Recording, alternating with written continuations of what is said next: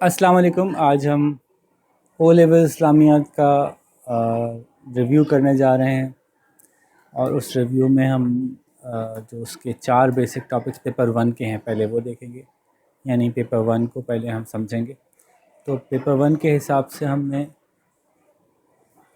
कुछ जो topic number 2 था इसकी वीडियो बना चुके हैं, इसको अपलोड कर चुके हैं। अब हम टॉपिक नंबर 3 को देख रहे हैं, which is the life and importance of the holy profit. ये रिव्यू वीडियो है, इसका मतलब क्या होगा? इसका मतलब ये होगा कि इसमें हम ज़रा क्विकली पूरा टॉपिक कवर करने की कोशिश करेंगे 1 से 1.5 घंटे में पूरा ये टॉपिक कवर हो जाए और एग्ज़ाम के हिसाब से भी थोड़ी सी बातें हो जाएं, कोशिश करेंगे। Let's start. चूँकि इस्लाम लेके ही हम तक हमारे प्यारे नबी सल्लल्लाहु अलैहि वसल्लम आए हैं, इसलिए उनकी ज़िंदगी इस्लामियात का मेजर पार्ट होल्ड करती है। अगर हम ये कहें कि इस्लामियात का मेजर पार्ट आप सल्लल्लाहु अलैहि वसल्लम की ज़िंदगी है, सीरत है, तो ये गलत नहीं होगा। ठीक है, तो इसीलिए हम ये भी कहते हैं कि हर वो जो मुसलमान अपने आप को समझता है उसके लिए ज़रूरी है कि वो कुरान तो पढ़े ही, लेकिन वो नबी करीम सल्लल्लाहु अलैहि वसल्लम की सीरत भी पढ़े कि उन्होंने ज़िंदगी गुजारी कैसे। उनकी ज़िंदगी गुजारने से हमें पता चलता है कि कुरान पे अमल कैसे किया जाएगा। मुख्तलिफ़ हालात उनकी ज़िंदगी के देख के हमें अंदाज़ा होता है कि अल्लाह ताला के साथ उनके क्या मामला थे। ठीक है, ताइफ में जब उन पे पत्थर पड़े थे उस वक्त उन्होंने क्या दुआ मांगी थी, उस दुआ को जान के समझ में आता है कि अल्लाह ताला की क्या हैसियत है और दुनिया की क्या क्या हैसियत है। कि आप सल्लल्लाहु अलैहि वसल्लम ने फरमाया कि मुझे ये भी कबूल है, I don't mind, it's okay. अगर आप राज़ी हैं तो मेरे लिए सही है सब कुछ, मुझे किसी चीज़ से प्रॉब्लम नहीं है। तो इससे अंदाज़ा होता है कि दुनिया की क्या हैसियत है, दुनिया में क्या क्या दुनिया का मकाम है।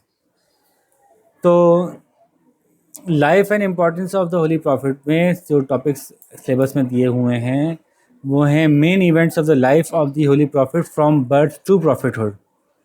ठीक है, अब ये मैं आपसे पूछता हूँ अभी दोबारा, क्या बोला मैंने? Main events from birth to prophethood, ये एक पॉइंट है। ठीक है, दूसरा पॉइंट क्या है? मक्का के एक्सपीरियंसेस, यानी प्रॉफिटहुड से मक्का के एक्सपीरियंसेस। तीसरा पॉइंट क्या है? मदीना के एक्सपीरियंसेस। ठीक है, टोटल लाइफ के ये 3 पार्ट हैं। उसके बाद कोर्स में बहुत कुछ बता दिया उन्होंने। वो क्या क्या बता दिया कि एक शख्स के लिए आप सल्लल्लाहु अलैहि वसल्लम की ज़िंदगी से क्या मिसालें मिलती हैं, उनका किरदार कैसा था और उनके ताल्लुकात कैसे थे औरतों से, बच्चों से, बूढ़ों से, ग़ुलामों से, नॉन मुस्लिम से, एक शख्स के लिए। और एक कौम के लिए या एक मुल्क के लिए क्या किरदार की है, हमें गाइडलाइन मिलती है कि उसका कैरेक्टर कैसा होता है नॉन मुस्लिम के साथ, दूसरी स्टेट्स के साथ, दूसरी मुस्लिम स्टेट्स के साथ, दूसरी नॉन मुस्लिम स्टेट्स के साथ, यूनाइटेड नेशंस के साथ। इसके लिए हमें क्या गाइडलाइन मिलती है। ठीक है, दोबारा बताता हूँ। 3 स्टेजेस में डिवाइड हो गई आप सल्लल्लाहु अलैहि वसल्लम की लाइफ। प्रॉफिटहुड से पहले मक्की लाइफ और फिर मदनी लाइफ। ठीक है, और आप सल्लल्लाहु अलैहि वसल्लम का कैरेक्टर, उनके किरदार, उनकी शख्सियत कैसी थी, उनके एक्शंस किस तरह के थे, किस टाइप के इंसान थे, उनकी क्या हम तारीफ़ें बयान कर सकते हैं और उनसे लर्निंग हमारी क्या होगी एज एन इंडिविजुअल। बिल्कुल जैसे कि हम कुरान एक्सप्लेन कर रहे थे तो हमने क्या कहा था, कुरान की एक्सप्लेनेशन में एज एन इंडिविजुअल हमारे लिए गाइडलाइन फॉर ईमान है, गाइडलाइन फॉर ये सब कुछ है। और फिर हमने कहा था एज ए स्टेट भी गाइडलाइन है जस्टिस की और सब चीज़ों की, है ना। बिल्कुल इसी तरह से एज एन इंडिविजुअल आप सल्लल्लाहु अलैहि वसल्लम से हमने क्या सीखा और एज एन स्टेट हमने क्या लर्न किया। ये है पूरा कोर्स बस। तो अब इस कोर्स के 3 हिस्सों को हम फटाफट स्टार्ट करते हैं। लाइफ बिफोर प्रॉफिटहुड को आप लोगों के सामने पेश करते हैं। लाइफ बिफोर प्रॉफिटहुड को हम शुरू कहाँ से करेंगे? क्योंकि ये रिव्यू है, ये कोर्स नहीं कवर हो रहा। हम कोर्स कवर करने की वीडियोस बना चुके, वो सब ऑनलाइन अवेलेबल हैं आपके पास। तो आपको अगर किसी जगह कोई गलत फहमी हो, कुछ समझ में ना आ रहा हो, कुछ मसला लग रहा हो, तो आप वहाँ से डिटेल्स देख सकते हैं। हम यहाँ पे रिव्यू के पॉइंट ऑफ व्यू से करेंगे, जिस मीन्स कि हम फास्ट जाएंगे। तो बात हो रही है लाइफ बिफोर प्रॉफिटहुड, कहाँ से शुरू होगी? एंसेस्ट्री से शुरू होगी।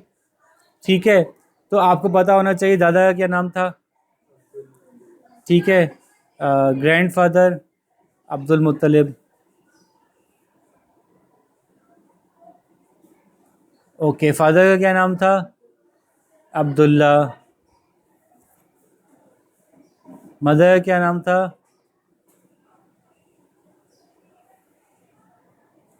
और अंकल का क्या नाम था? बहुत सारे अंकल थे। बहुत सारे अंकल थे, तो उसमें से एक अबू तालिब थे जो ऑफ इम्पोर्टेंस है हमारे लिए अभी, बिफोर प्रॉफिटहुड में अबू तालिब इम्पोर्टेंट है, और एक जगह जाके हज़रत हमज़ा इम्पोर्टेंट होंगे जहाँ पे उनकी लड़ाई हुई थी।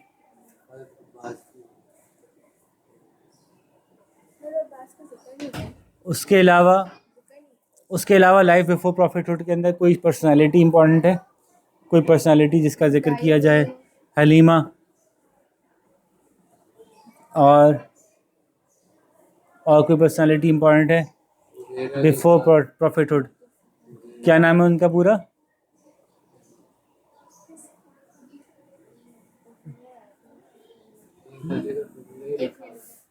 वो जो राहिब था, बुहीरा, ठीक है। और कोई शख्स इम्पोर्टेंट है? ज़रा एक सेकंड के लिए पूरा घुमा के देखें कि प्रॉफिटहुड से पहले पहले कौन आएगा। हाँ, अब आप ज़रा फटाफट मुझे लिस्ट ऑफ इवेंट बताएं, ठीक है। बर्थ इम्पॉर्टेंट है, और नहीं, बर्थ इम्पॉर्टेंट है, और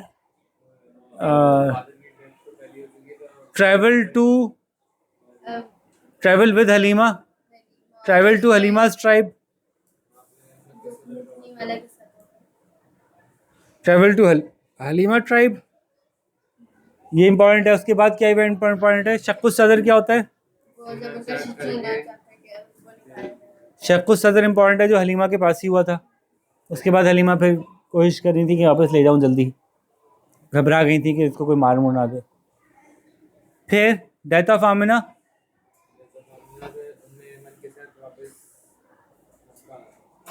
फिर डेथ ऑफ आमिना के बाद, ठीक है, डेथ ऑफ अब्दुल मुत्तलिब, ठीक है। अच्छा, बर्ड्स के साथ आप यहाँ पे लिखेंगे आमुल फील, आमुल फील भी एक्सप्लेन करेंगे कि ये वो आम कहते हैं अरबी में किसको? साल को। आम अरबी में कहते हैं साल को। तो आमुल फील का मतलब क्या हो गया? वो साल है जिस साल ऊँट वाला वाक़या हुआ था। यही आप सल्लल्लाहु अलैहि वसल्लम की पैदाइश का मशहूर है, मतलब यार बस ये पुराना मेरा एक मसला है कि मुझे फ़ील पता नहीं क्यों ऊँट लगता है, हालांकि फ़ील हाथी होता है। तो ये पता नहीं क्यों ऐसा है एक मसला बचपन से। हज़रत अब्दुल मुत्तलिब के ऊँट ले लिए थे, तो वाक़या हाथी वाला वाक़या था, अब्रहा का ये था। अच्छा, डेथ ऑफ अब्दुल मुत्तलिब के बाद क्या है? टेकन अप बाय अबू तालिब। फिर और क्या है?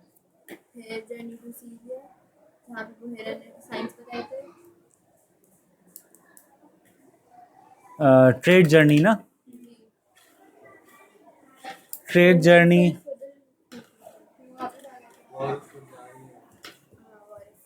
सीरिया, और यहाँ पे क्या बोलेंगे हम? बुहीरा। बुहीरा का जो वाक़या हुआ था, याद है वाक़या क्या हुआ था?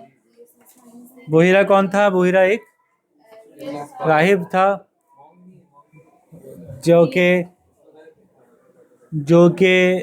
जिसने कि आप सल्लल्लाहु अलैहि वसल्लम को देखा कि वो गुज़र रहे हैं, तो साइंस देखे, चीज़ें झुक रही हैं, और बादल का साया देखा, ये सब कुछ देखा। उसने कहा ये कोई ख़ास शख्स हैं, तो उन्होंने बुला के उनकी कमर पे सील ऑफ प्रॉफिटहुड देखी, तो उन्होंने कहा कि ये प्रॉफिट है, इनको ले जाओ, ये अगर उधर गए तो उधर यहूदी इनको किल ना कर दें, मारना दें, ठीक है ना? ओके। बैटल ऑफ फुजार हुई थी, जो कि आपस में हुई थी कुरैश की, फुजार हुई थी कुरैश के ट्राइब्स की, जिसमें आप सल्लल्लाहु अलैहि वसल्लम तीर उठा के दे रहे थे अपने चचा को। और हैं हल्फुल फजूल पहले है ना? हल्फुल फजूल क्या है? हल्फुल फजूल क्या था? हल्फुल फजूल में क्या हुआ था कि मक्का के अंदर कुछ आपस में इख्तलाफ हुआ था, कुछ लोगों पे हमला हो गया था, कुछ लोग अपनी वो लेके आए थे इल्तिजा करने के, हम पे तकलीफ़ हो गए, हम प्रॉब्लम में आ गए, हम मज़लूमों की तुम लोग ये नहीं करते, दादा से नहीं करते, कहाँ के तुम मुतवल्ली बने बैठे हो, काबे के मुतवल्ली कहलाते हो और ये नहीं करते हो। तो काफ़ी सारे लोगों को इतराज़ हुआ कि ये डाके भी हो रहे हैं, चोरी भी हो रही है, सब कुछ हो रहा है, हमें कोई देख नहीं रहा, हमारा कोई गरीब हो आते हैं या ट्रैवलर्स आते हैं या मक्के के अंदर हज करने आते हैं लोग, उनकी कोई सिक्योरिटी नहीं है, बड़ी बदअमनी है, बहुत बदमाशियाँ हैं। तो फिर मिल के लोगों ने कहा था ओके हम जो है वो थोड़ा सा मामला बेहतर करते हैं। तो ये एक एग्रीमेंट हुआ था अरब के ट्राइब्स का, कुरैश के ट्राइब्स का आपस में, कि हम जो है वो गरीबों की मदद करेंगे और कि कोई मज़लूम होगा तो उसका साथ देंगे। इस चूँकि वो एक होता है ना पब्लिक में खड़े होके अपना बड़ी तारीफ़, हम तो यूँ करेंगे, हम यूँ करेंगे, हम ऐसा करेंगे। वो ऐसा करें या नहीं करें, लेकिन वो जो कॉन्सेप्ट था ये अच्छा था। आप सल्लल्लाहु अलैहि वसल्लम को बहुत पसंद था ये कॉन्सेप्ट, बहुत खुश हुए थे जब इस कॉन्सेप्ट के ऊपर एक हल्फ होने जा रहा था, तो बहुत बढ़ चढ़ के हिस्सा लिया था उन्होंने और बहुत खुश थे कि कोई अच्छा काम होने जा रहा है। ठीक है। फजूल क्यों कहा था इसको? ये उर्दू वाला फजूल है। फजूल क्यों कहा था इसको भाई? हल्फ अल फजूल क्यों है ये? इसमें जो हल्फ बनाने वाले थे ये फजल थे, तो वो गालिबन दो फजल थे जिनसे फजूल बना था। थोड़ा देख लीजिएगा, आप इसको मज़ीद तफसीलात इसकी पढ़ लीजिएगा। फिर हल्फुल फजूल के बाद क्या है? फिक्सिंग ऑफ ब्लैकस्टोन क्यों कहते हैं आप उसको? आप उसको कंस्ट्रक्शन ऑफ काबा क्यों नहीं कहते? हजरत असवद को रखने का मसला हुआ था ना, नहीं, कंस्ट्रक्शन ऑफ काबा का इवेंट हुआ था ना पूरा, उस इवेंट के बीच में आए थे। कंस्ट्रक्शन ऑफ काबा करनी पड़ गई थी, कंस्ट्रक्शन ऑफ काबा करनी पड़ गई थी ना उस वक्त। कंस्ट्रक्शन ऑफ काबा को हालात ख़राब थे, बारिशें हुई थी, उसमें काबा की काफ़ी दीवारें गिर गई थी, टूट गया था, तो उसको प्रॉपर्ली बिल्ड करने के लिए उन्होंने पैसे जमा किए थे।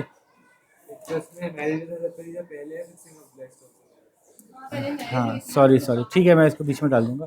तो कंस्ट्रक्शन ऑफ काबा को से लेंगे। कंस्ट्रक्शन ऑफ काबा के दौरान कंस्ट्रक्शन ऑफ काबा का वो प्रोमिनेंट जो हिस्सा याद करने का था वो ये था कि उनके पास इतने अमीर लोग थे, लेकिन उनके पास इतने जायज़ पैसे नहीं थे कि काबा पूरा बना सकते। तो काबा पहले रेक्टेंगुलर था, पहले काबा रेक्टेंगुलर था, इसका ये शेप था पूरा, लेकिन फिर जब उन्होंने बनाया तो उनके पास इतने ही पैसे थे कि बस वो इतना ही बना सकते थे। तो इतना हिस्सा जो काबे का था उसको उन्होंने बाउंड्री सी बना दी थी, लेकिन उसके अगर दीवार नहीं बना सके थे, मार्किंग कर दी थी, दीवार नहीं बना सके थे। तो बाद में आप सल्लल्लाहु अलैहि वसल्लम ने कहा कि इसको ऐसे ही रहने दो, इससे फ़ायदा ये है कि बहुत सारे लोग जो काबे के अंदर नहीं जा सकेंगे वो यहीं नमाज़ पढ़ के वो फ़ायदा हासिल कर लेंगे, तो काबे के अंदर नमाज़ पढ़ने का। ठीक है ना? तो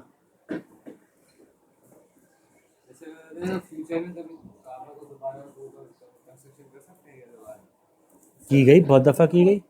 आप सल्लल्लाहु अलैहि वसल्लम के बाद भी काबा गिरा, काबा गिराया गया, काबा तोड़ दिया गया, काबा के खा बाहर जंग हुई, पथराव किया गया, काबा टूट गया पथराव से, मुसलमानों की आपस की जंग में।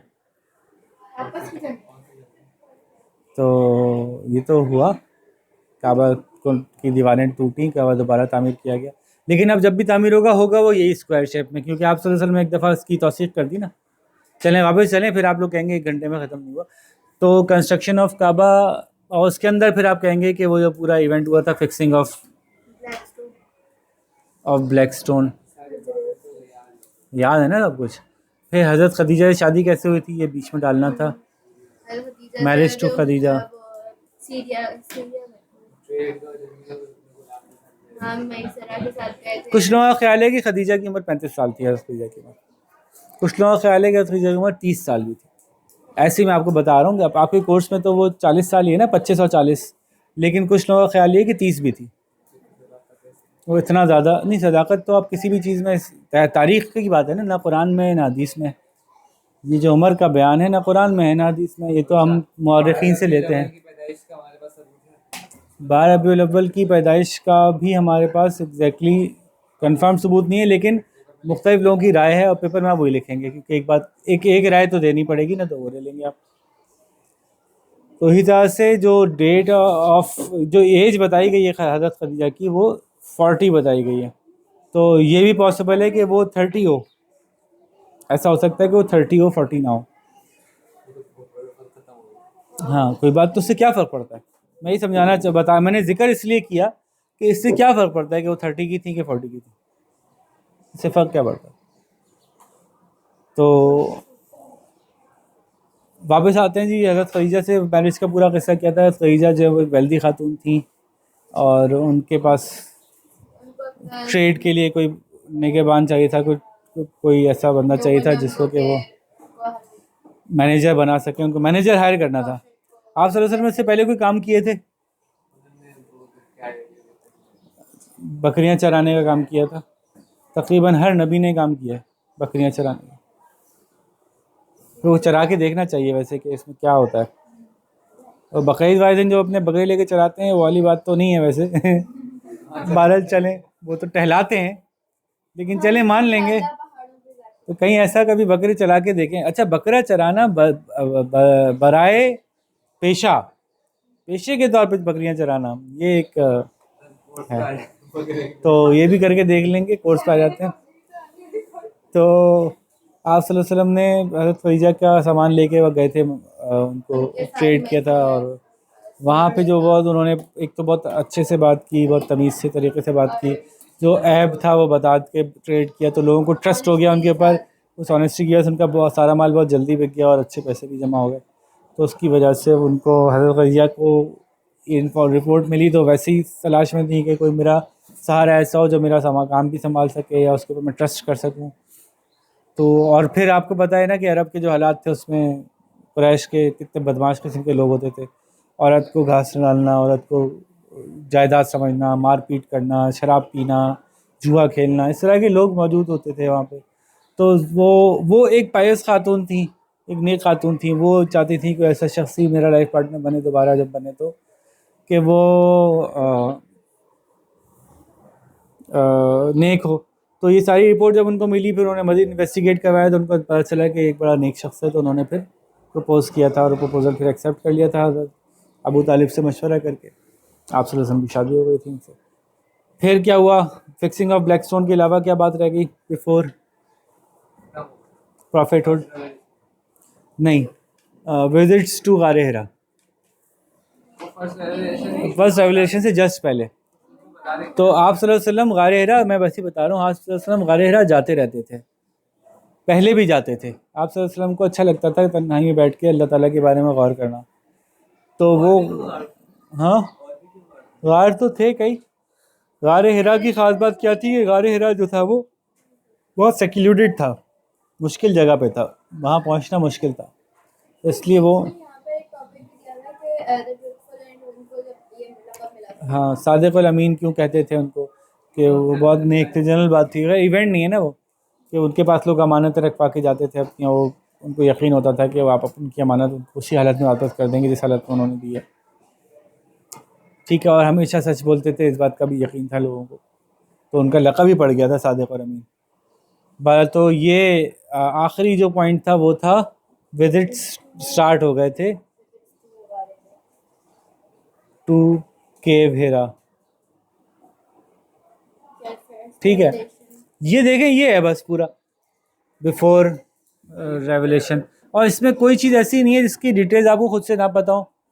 एक दफ़ा गो थ्रू करना होगा आपको, बस सिर्फ ये जानते हुए कि बर्थ में कोई डिटेल मेरी मिसिंग तो नहीं हो गई, किस साल में हुई थी। तो ये साल था जी आमुल फील का साल, 670 AD कह लें, सॉरी 570 AD। अब AD के अंदर ये एग्जिस्ट करता है, 570 या 571 दोनों चलेगा। ठीक है, मेरे पास जो मैंने जो अपना बनाया हुआ है पूरे एक लिस्ट में 570 रखा है मैं। ठीक है जी। फिर ट्रैवल टू हलीमा का पूरा किस्सा मौजूद है, वो किस्सा से आई थी, आखिर में क्यों रह गई थी, उनके घर में हालात ख़राब थे, उनका जो सवारी थी वो कमज़ोर थी, वो पहुंच नहीं सकी। जब वो पहुंची तो सब लोग फारिग हो चुके थे, कोई आप सल्लल्लाहु अलैहि वसल्लम को लेने के लिए तैयार नहीं था, क्योंकि वो यतीम थे। उनके जहन में था कौन हमारा ख्याल करेगा। तो फिर वो जब वो पहुंची तो उनके पास यही ऑप्शन अवेलेबल था, उन्होंने ले लिया। लेकिन जब वापस निकली तो उनकी सवारी सबसे तेज़ भागी, उनके जानवरों की तादाद बढ़ गई। वहाँ पे जाके उनको बहुत ज़्यादा मिरेकुलसली बहुत सारे बरक़ात नसीब हुई उन लोगों को। तो वो तो नहीं चाहती थी कि आप इस करें, लेकिन जब वो ये जब वो सदर हो गया तो उनको लगा कि अब मुझे दे आना चाहिए, कहीं कुछ गड़बड़ ना हो जाए। ठीक है, फिर डेथ ऑफ आमना, आप हज़रत आमना जो है वो अपने अम्मी अबू से मिलने गई थी, और तो आप फिर आप सल्लल्लाहु अलैहि वसल्लम के वालिद साहब की कब्र पे गई, वहाँ से वापसी पे फिर उनका इंतकाल हो गया। और बाप है वो ये अपनी उम्म ऐमन के साथ वापस आए थे, कनीज़ के साथ। फिर अब्दुल मुत्तलिब का वाक़या है कि उन्होंने किस तरह से ख्याल किया, वो तिजारत पे ले गए, जब आपको उनके बगैर रहते नहीं थे, अपने पास सुलाते थे, और हज़रत अबू तालिब और अपने बच्चों से बढ़ के चाहते थे, और कहीं जब जब जाना पे पाबंदी हो गई तो ख़ुद भी जाना बंद कर दिया उन्होंने। जब हज़रत अबू तालिब, जब आप सल्लल्लाहु अलैहि वसल्लम के जाने पे पाबंदी लगाई गई कि यार ये ना जाएं मक्के से बाहर, तो ख़ुद अबू तालिब भी जाना बंद हो गए कि मैं भी नहीं जाता, तो उससे भी उनके हालात और ख़राब हो गए थे फाइनेंशियली। अबू तालिब के हालात फाइनेंशियली काफ़ी वीक हो गए थे, इसीलिए जो है वो आप सल्लल्लाहु अलैहि वसल्लम ने जैसे ही उनकी शादी हुई थी तो हज़रत अली को गोद ले लिया था कि अली को मैं की परवरिश मैं कर देता हूँ, जैसे मुझे मेरे चाचा ने गोद लिया, मैं चाचा के बच्चों को मैं ले लेता हूँ। तो ये आपस में बट गए थे। हज़रत जाफ़र बिन अबी तालिब भी किसी के पास गए थे, गैर हज़रत अब्बास के पास गए थे परवरिश के लिए। हज़रत अली जो है वो आप सल्लल्लाहु अलैहि वसल्लम के पास आ गए थे, तो ये उनके बच्चों को तकसीम कर लिया था, हज़रत अबू तालिब के बच्चों को, और जाफ़र बाद में शहीद हो गए। ठीक है, और फिर ट्रेडिंग जर्नी टू सीरिया, मैंने आपको बताया था कि बहुत आसान सा है, उसमें किस तरह से आप सल्लल्लाहु अलैहि वसल्लम को देखा, बहीरा ने रास्ते में अबू तालिब के साथ जा रहे थे और उनको दावत रखी उनकी कि आप सब आएँ, मैं आपकी दावत करता हूँ। दावत के दौरान उन्होंने देखा, चेक किया, तो उनको सीधा प्रॉफिट नज़र आई, तो उन्होंने सब अबू तालिब को बताया कि ये प्रॉब्लम है कि अगर आप वहाँ जाएंगे तो वहाँ ज्यूज़ जो हैं वो उनके दुश्मन हो सकते हैं, तो इसलिए आप वहाँ जाएँ। ठीक है ना, तो बहरहाल ये सारे इवेंट्स हो गए।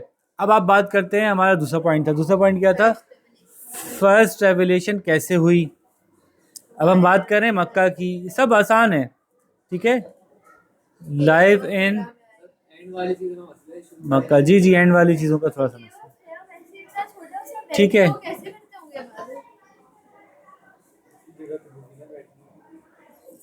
इतनी जगह है जैसे कि आप एक डेस्क पे बैठी, बस बैठी हैं टेक लगा के। अब बैठे ना, 5 घंटे तो बैठी है ना, थोड़ी टांगें सीधी करी, वहीं लेट गए, आंखें बंद कर ली, फिर टांगें सुकेड़ के खड़े हो गए, बैठ गए, देख रहे हैं, बाहर देख रहे हैं, फिर वहीं बैठ गए। तो जो तन्हाई पसंद लोग होते हैं ना, उनकी ज़िंदगी का एक बड़ा इंपॉर्टेंट एलिमेंट होता है कि ऐसी जगह तलाश करना जहाँ वो अपना गौर कर सकें, सुकून से सोच सकें।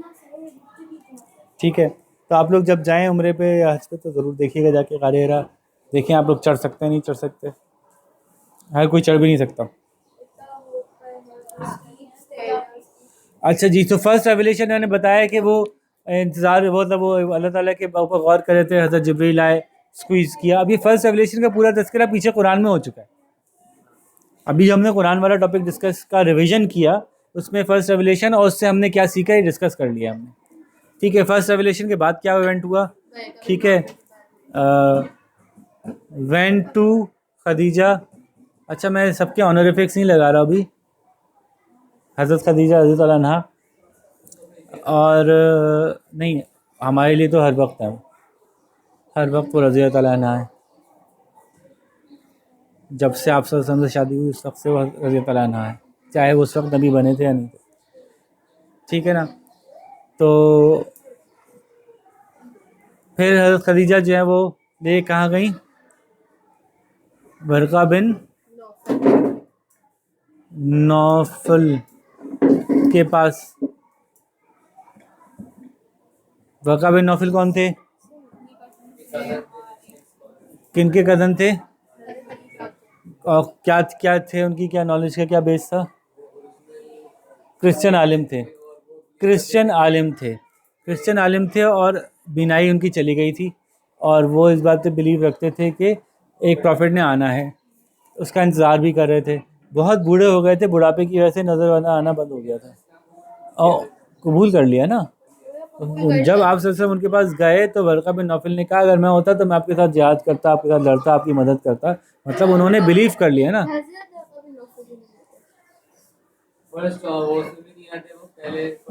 इसलिए इसलिए इसलिए नहीं आते कि उनका कोई कंट्रीब्यूशन नहीं है, उनकी लाइफ का कोई कंट्रीब्यूशन नहीं है।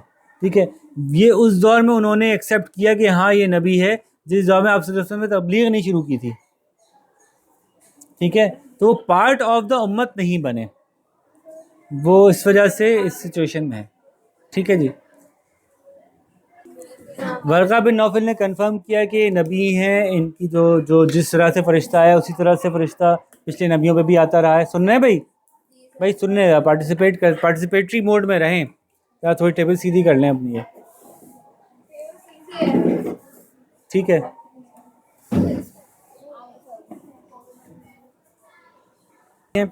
उसके बाद जो है वो आपकी पहली शुरुआत क्या हुई, जिसको कहते हैं पहली तबलीग, शुरू की तबलीग क्या कहते हैं हम इसको इंग्लिश में क्या कहते हैं, कि शुरू की प्रीचिंग जो थी। ठीक है, early preaching. Secret and early preaching. Early preaching का क्या क्या कितने स्टेप्स हैं? अर्ली प्रीचिंग का पहला स्टेप है कि जिसमें खदीजा, जिसमें अबू बकर, हजरत जैद, और हजरत अली। नहीं अली नहीं है, अभी अली नहीं है। अली के बारे में हमें आपस में तो पता है कि चूंकि अली की तो तरबियत ही उन्होंने की ना, अली तो उनके घर में ही पल रहे थे। अली की चूंकि तरबियत ही वो कर रहे थे, तो अली तो वॉज ऑल अलोंग उनके ख्यालात से मुत्तफिक वैसे ही थे। यानी रेवलेशन से पहले भी जो आप सल्लल्लाहु अलैहि वसल्लम के ख्यालात होते थे, ख्यालात ऐसे ही थे ना हज़रत अबू बकर के, आप सल्लल्लाहु अलैहि वसल्लम के, कि अल्लाह ताला के बारे में गौर करना कि एक है ज़ात जिसने पैदा किया है। तो जो मवाहिद जिस तरह के होते हैं उस तरह के ये थे ऑलरेडी। ज़ैनब कुछ कह रही हैं शायद। तो मवाहिद होने की हैसियत से हज़रत अली के ऊपर वो इम्प्रेशन तो मौजूद था उनका। लेकिन एग्जैक्टली हज़रत अली के ईमान की जब हम डिस्कशन करेंगे कि वो कब ईमान लेके आए, तो वो हम तभी करेंगे जब उन्होंने दावत रखी थी। तो नेक्स्ट लेवल नंबर 2 पे करेंगे। लेवल 1 जो चल रहा है वो है जिसमें कि खदीजा हैं, अबू बकर हैं, ज़ैद बिन हारिस हैं, कुछ अबू बकर उन्होंने जो दोस्तों कर लिया था अपने, उस्मान है, इस तरह के लोग पहले आएंगे। ठीक है, फिर ये अर्ली प्रीचिंग थी ओनली क्लोज कॉन्टेक्ट्स। अभी आपके रिश्तेदार भी नहीं है इसमें। क्लोज कॉन्टेक्ट्स का मतलब बेस्ट फ्रेंड आपका, आपकी बेगम आ गई, यहाँ पे गुलाम आ गया, अभी कुछ करीब करीब के लोग। ठीक है, फिर सेकंड लेवल पे अल्लाह का हुक्म आया। इससे नेक्स्ट लेवल पे कब गई? ये प्रीचिंग थी नहीं एक्चुअली। ये अर्ली प्रीचिंग जो थी ना, ये सिर्फ लोगों तक खबर पहुंच रही थी और वो इस्लाम ला रहे थे। ये क्यों इस्लाम ला रहे थे? जो खबर पहुंचने पे ला रहे थे, ये लोग सिर्फ खबर पहुंचती थी कि यार इस तरह से कुछ आया है मोहम्मद के ऊपर सल्लल्लाहु अलैहि वसल्लम, क्योंकि ये ऑलरेडी इसके बारे में कन्विंस थे कि प्रॉफिट को आना है, इस तरह की बात होनी है, ये सब कुछ ही कन्विंस थे पहले से। तो इसलिए ये बहुत जल्दी जल्दी कन्वर्ट हो गए, अर्ली कन्वर्ट होते। इनकी आप तारीख पढ़ेंगे तो आपको अंदाजा होगा कि पहले से ये लोग स्ट्रगल करते हुए आ रहे थे, तलाश में थे, इंक्लूडिंग द होली प्रॉफिट सल्लल्लाहु अलैहि वसल्लम। तभी वो गारे रह जाते थे आप सल्लल्लाहु अलैहि वसल्लम। हर एक का अपना स्टाइल था। हज़रत अबू बकर मुख्तलिफ लोगों से मिलते थे जा जाके, उनका एक अपना स्टाइल था। आप सल्लल्लाहु अलैहि वसल्लम अकेले जाके गारे राह में बैठ जाते थे। ठीक है, तो ये बात हुई। जो एक्चुअल प्रीचिंग की का हुक्म आया वो पहला क्या आया कि अल्लाह ताला ने हुक्म दिया कि प्रीच योर रिलेटिव्स। तो प्रीच योर रिलेटिव्स के फैसले में क्या नतीजा निकला? आप सल्लल्लाहु अलैहि वसल्लम ने क्या किया था? फिर दावत रखी थी। ठीक है, और दावत में क्या हुआ था? दावत में फीस थी, फीस के दौरान कुछ नॉर्मल से हटके चीज़ें हो रही थी, खाने में बरकत ज़्यादा हो गई थी, कम खाना बहुत सारे लोगों ने खा लिया था। लोग जो है वो उनसे इंस्पायर और इन्फ्लुएंस हो रहे थे, और ज़रा अबू लहब ने आके शोर मचा दिया कि ये क्या कोई जादू कर रहे हैं हम पे, क्या कर रहे हैं, क्या चक्कर है। क्योंकि आप सल्लल्लाहु अलैहि वसल्लम ने जब फीस्ट के बाद डिस्कशन शुरू की कि मैं आप लोगों की फ़ीस क्यों रख रहा हूँ, तो उस बात को जो है वो अबू लहब ने जो है वो तितर बितर करवा दिया, लोगों को इधर उधर कर दिया कि ये फजूल बात है, इसकी बातें मत सुनो, बेकार बात कर रहा है, ये जादू वादू कर रहा है, देखो तेरे खाने में कितने लोगों ने खा लिया, ये कोई जादू का चक्कर है, हमारा दिमाग पे कोई पर्दा वर्दा डाल के कुछ ऐसी बात करवा रहा है, इसकी बात ना सुनी जाए। तो ये फीस्ट हुई थी और ये एक से ज़्यादा दफ़ा हुई थी। इस फीस्ट के दौरान जो है वो हज़रत अली भी ईमान ले आए थे। ठीक है, फिर उसके बाद क्या हुआ था नेक्स्ट लेवल पे प्रीचिंग। तो अभी जो प्रॉब्लम्स हुए फेस किए, वो किसके फेस की प्रॉब्लम? अभी अबू लहब और उसके साथियों की अपोजिशन फेस की, अभी मार पिटाई शुरू नहीं हुई। नेक्स्ट लेवल प्रीचिंग कैसे हुई थी? अब हुक्म आया था प्रीच एवरी ओपनली, तो सफा पे ये कहते हैं। ठीक है। तो माउंट सफ़ा का वाक़या हुआ था, माउंट सफ़ा पे चढ़ के आप सब ने सबको बुलाया था, उनको कहा था कि अगर मैं ये कहूँ तो आप लोग मानेंगे नहीं मानेंगे, उन्होंने कहा मानेंगे, फिर ये सब बोला था। तो लोगों ने वहाँ भी अबू लहब का बड़ा मेजर रोल था, तो उसने जो काफ़ी आप वसल्लम को बुरा भला कहा और लोगों को भगा दिया, तितर बितर कर दिया, ठीक है। और उसका ये किरदार रहा हमेशा, जहाँ वो देखता आप वसल्लम गुजर रहे हैं, पीछे से आवाज़ें लगाता, उनके चलना शुरू कर देता, ठीक है जी। जी जैनब, मैंने इधर पढ़ा था कि ऐसा भी हुआ था कि आप सब को राइट बचा रहा है सबके सामने प्लीज करने से तो फिर अभी बुझाएंगे आगे सामने भी अल्लाह ताला का हुक्म नहीं मानेंगे तो अल्लाह ताला का इसमें काफ़ी सारी बातें ऐसी हैं जो कि हम इन डेप्थ इसलिए नहीं कर रहे कि नंबर एक तो ये कि वो सवालों में आता नहीं है, वो सवाल का मरकज़ नहीं है। दूसरा, उसके बहुत सारे पॉइंट ऑफ व्यूज़ हैं, एक ये पॉइंट ऑफ व्यू है, फिर दूसरा ये है, फिर उसका जवाब भी बहुत सारे हैं। तो उस डिटेल में हम चले गए तो फिर हम अपने कोर्स के रिव्यू में नहीं रह पाएंगे, इसलिए हम इस एंगल पे जा ही नहीं रहे कि उन्होंने उस वक्त क्या फील कर रहे थे। जैसे कि हमने कहा कि वो कंबल ओढ़ना क्यों चाहते थे, फिर कुछ दिन बाद रेवलेशन बंद हो गई थी तो क्यों फील कर रहे थे ऐसा, तो उन फीलिंग्स को हम डिस्कस अभी इसमें नहीं कर रहे अभी। अच्छा जी, तो क्या बात हो गई? माउंट सफ़ा का केस हो गया, माउंट सफ़ा के केस के बाद क्या हुआ? उसको भी अपोजिशन देते हैं अबू लहब ने। वो हो गई बात, माउंट सफ़ा का केस हो गया, और फिर यहाँ से क्या शुरू हो गया? परसिक्यूशन शुरू हो गई। परसिक्यूशन में क्या हुआ? अब वो आप लिस्ट बना लें जल्दी से, छोटी सी कोई मोटी मोटी परसिक्यूशंस की लिस्ट बना लें, ठीक है। रास्ते में अभी पहले होली प्रॉफिट की करते हैं। होली प्रॉफिट के साथ क्या क्या हुआ, ठीक है। कांटे, रास्ते में कांटे भी खेलते थे, क्या कहते हैं कांटों को? Thorns, thorn in the way, ठीक है। रबिश उनको in the mentally way, assessed कर दिया था कि उनकी दो बेटियों का अबू लहब के बच्चे yes very good. Divorce, 2 daughters, और रबिश थ्रोन,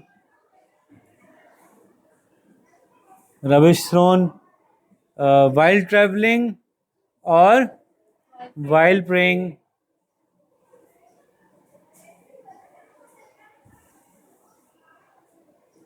और ठीक है। बीटन अप, कब किया था इनको? वो जो रस्सी गले में डाल के खींचा था, किसने खींचा था?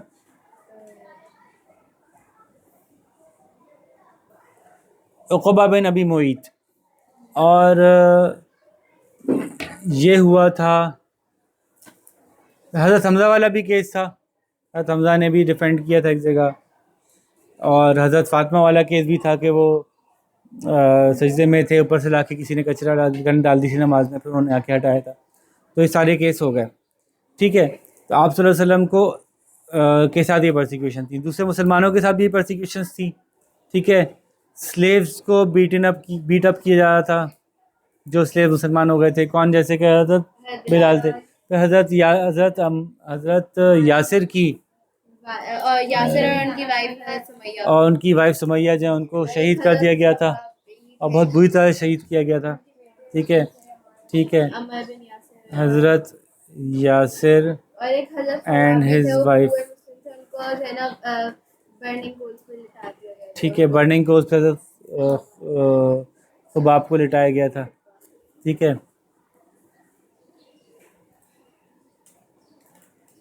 तो ये दूसरे मुसलमानों के साथ हॉस्टिलिटीज़ थी, मार पिटाई, ठीक है। अच्छा, ये पहला लेवल था। क्यों था? मैंने बताया था इसकी पूरी कॉजेज़ क्या थी, कि उनको क्या प्रॉब्लम्स थे। उसके हमने रिलीजियस, सोशल और मोरल और इकनॉमिक, पॉलिटिकल, इकनॉमिक, ये पूरा मैंने इसमें वीडियो बनाई हुई है, अगर आपको याद हो कि रिलीजियसली उनके अपने खुदा थे, है ना। तो कह रहे थे इनको क्यों हमारा नया खुदा हम इसको क्यों माने, पुराने खुदाओं का क्या होगा। ठीक है। फिर मोरल कॉज क्या थी, सोशल क्या थी, वो मोरल कॉज ये थी कि वो मोरालिटी में बहुत पीछे थे, झूठ बोलते थे, ये करते थे, वो करते थे, अपनी हरकतें उनकी होती हैं वो दुरुस्त करनी पड़ जाएंगी, शराब पीते थे वो छोड़नी पड़ जाएगी। सोशल क्या थी, अब इनकी एक स्टैंडिंग थी, ये सरदार थे इस वजह से कि नस्ली सरदार थे। इस्लाम में तो कोई सरदार नस्ली नहीं होता, बल्कि अपने अमल और अपने तकवे की वजह से कोई भी शख्स नेक होता है, उसका दर्जा बड़ा होता है। खवातीन का भी आएगा। ठीक है, सोशली उन ख़वातीन के साथ ये पूरी तफसील से मैं वीडियो बना चुका हूँ उसके ऊपर कि क्या क्या कॉजेज़ थी, इकोनॉमिक कॉजेज़ क्या थी, कि उनको पता था यहाँ पे इतने सारे बुत सजाए हुए, हमने इस्लाम को मान लिया, बुत तोड़ने पड़ जाएंगे तो फिर लोग आके हमें विज़िट क्यों करेंगे, हमें पैसे क्यों देंगे, है ना। और पॉलिटिकल थी, वहाँ के लीडर्स थे, उनको पता था कि अभी हम लीडर हैं, अगर हमने इनको मान लिया तो फिर ये लीडर बन जाएंगे, तो फिर हमारी यहाँ पे क्या से रह जाएगी। ये सारे रीजन थे, इसकी वजह से कुछ ज़्यादा ही इन्होंने इसका खिलाफ किया। एक जनरल बात होती है ना, किसी को समझ में आई वो नहीं मान रहा, जिसको समझ में आ गई वो मान गया, इसको नहीं आया वो नहीं मान रहा। लेकिन ये बाकायदा लड़ पड़ना और तबाही मचा देना और मारना पीटना और निकाल देना, ये कुछ ख़ास मसले थे, वो मसलों की हमने आइडेंटिफाई किया था वो क्या मसाइल थे।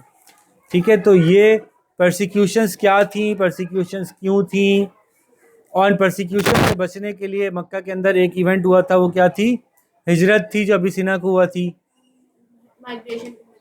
हिजरत, माइग्रेशन टू सवाबाजी एबेसिनिया। ठीक है, ऐसा किस्सा है कि पहली हिजरत हुई थी, वहाँ पे जाके बड़ा फ़ायदा महसूस हुआ, उसके बाद ये दूसरी हिजरत भी हुई थी, एबेसिना में दो हिजरतें हुई थी ना जी। तो ये दो दफ़ा ये हिजरत हुई, इसमें हज़रत जाफ़र तैयार का बड़ा मशहूर वाक़या है, जो वहाँ का बादशाह था नज्जाशी के पास ये लोग पहुँचे थे कि वहाँ से निकालो भाई इन लोगों को, ये मुसलमान हमारे हमारे पास से ये बागी होके भागे, इनको वापस करो हमें। तो हज़रत जाफ़र तैयार ने सूरह मरियम सुनाई, और फिर उसके बाद वो रोने लगा नज्जाशी और उसके उलमा जो वहाँ बैठे थे कि तो वही बातें हैं, ये वही रोशनी है जो एक ही नूर से निकली है, जिस नूर से वो हमारी बाइबल निकली है, उसी नूर से ये कुरान आया है। ठीक है, तो ये एक इम्पॉर्टेंट इवेंट था हिजरत टू अबिसिनिया। उसके बाद एक इवेंट था जो आपका वो हुआ था, बाइकॉट। ठीक है, तो बॉयकॉट ऑफ बनु हाशिम। बनु हाशिम का बाइकॉट कितने साल चला, 3 साल तक इन लोगों को मुहासरा कर लिया गया, इनसे कोई बात नहीं करता था।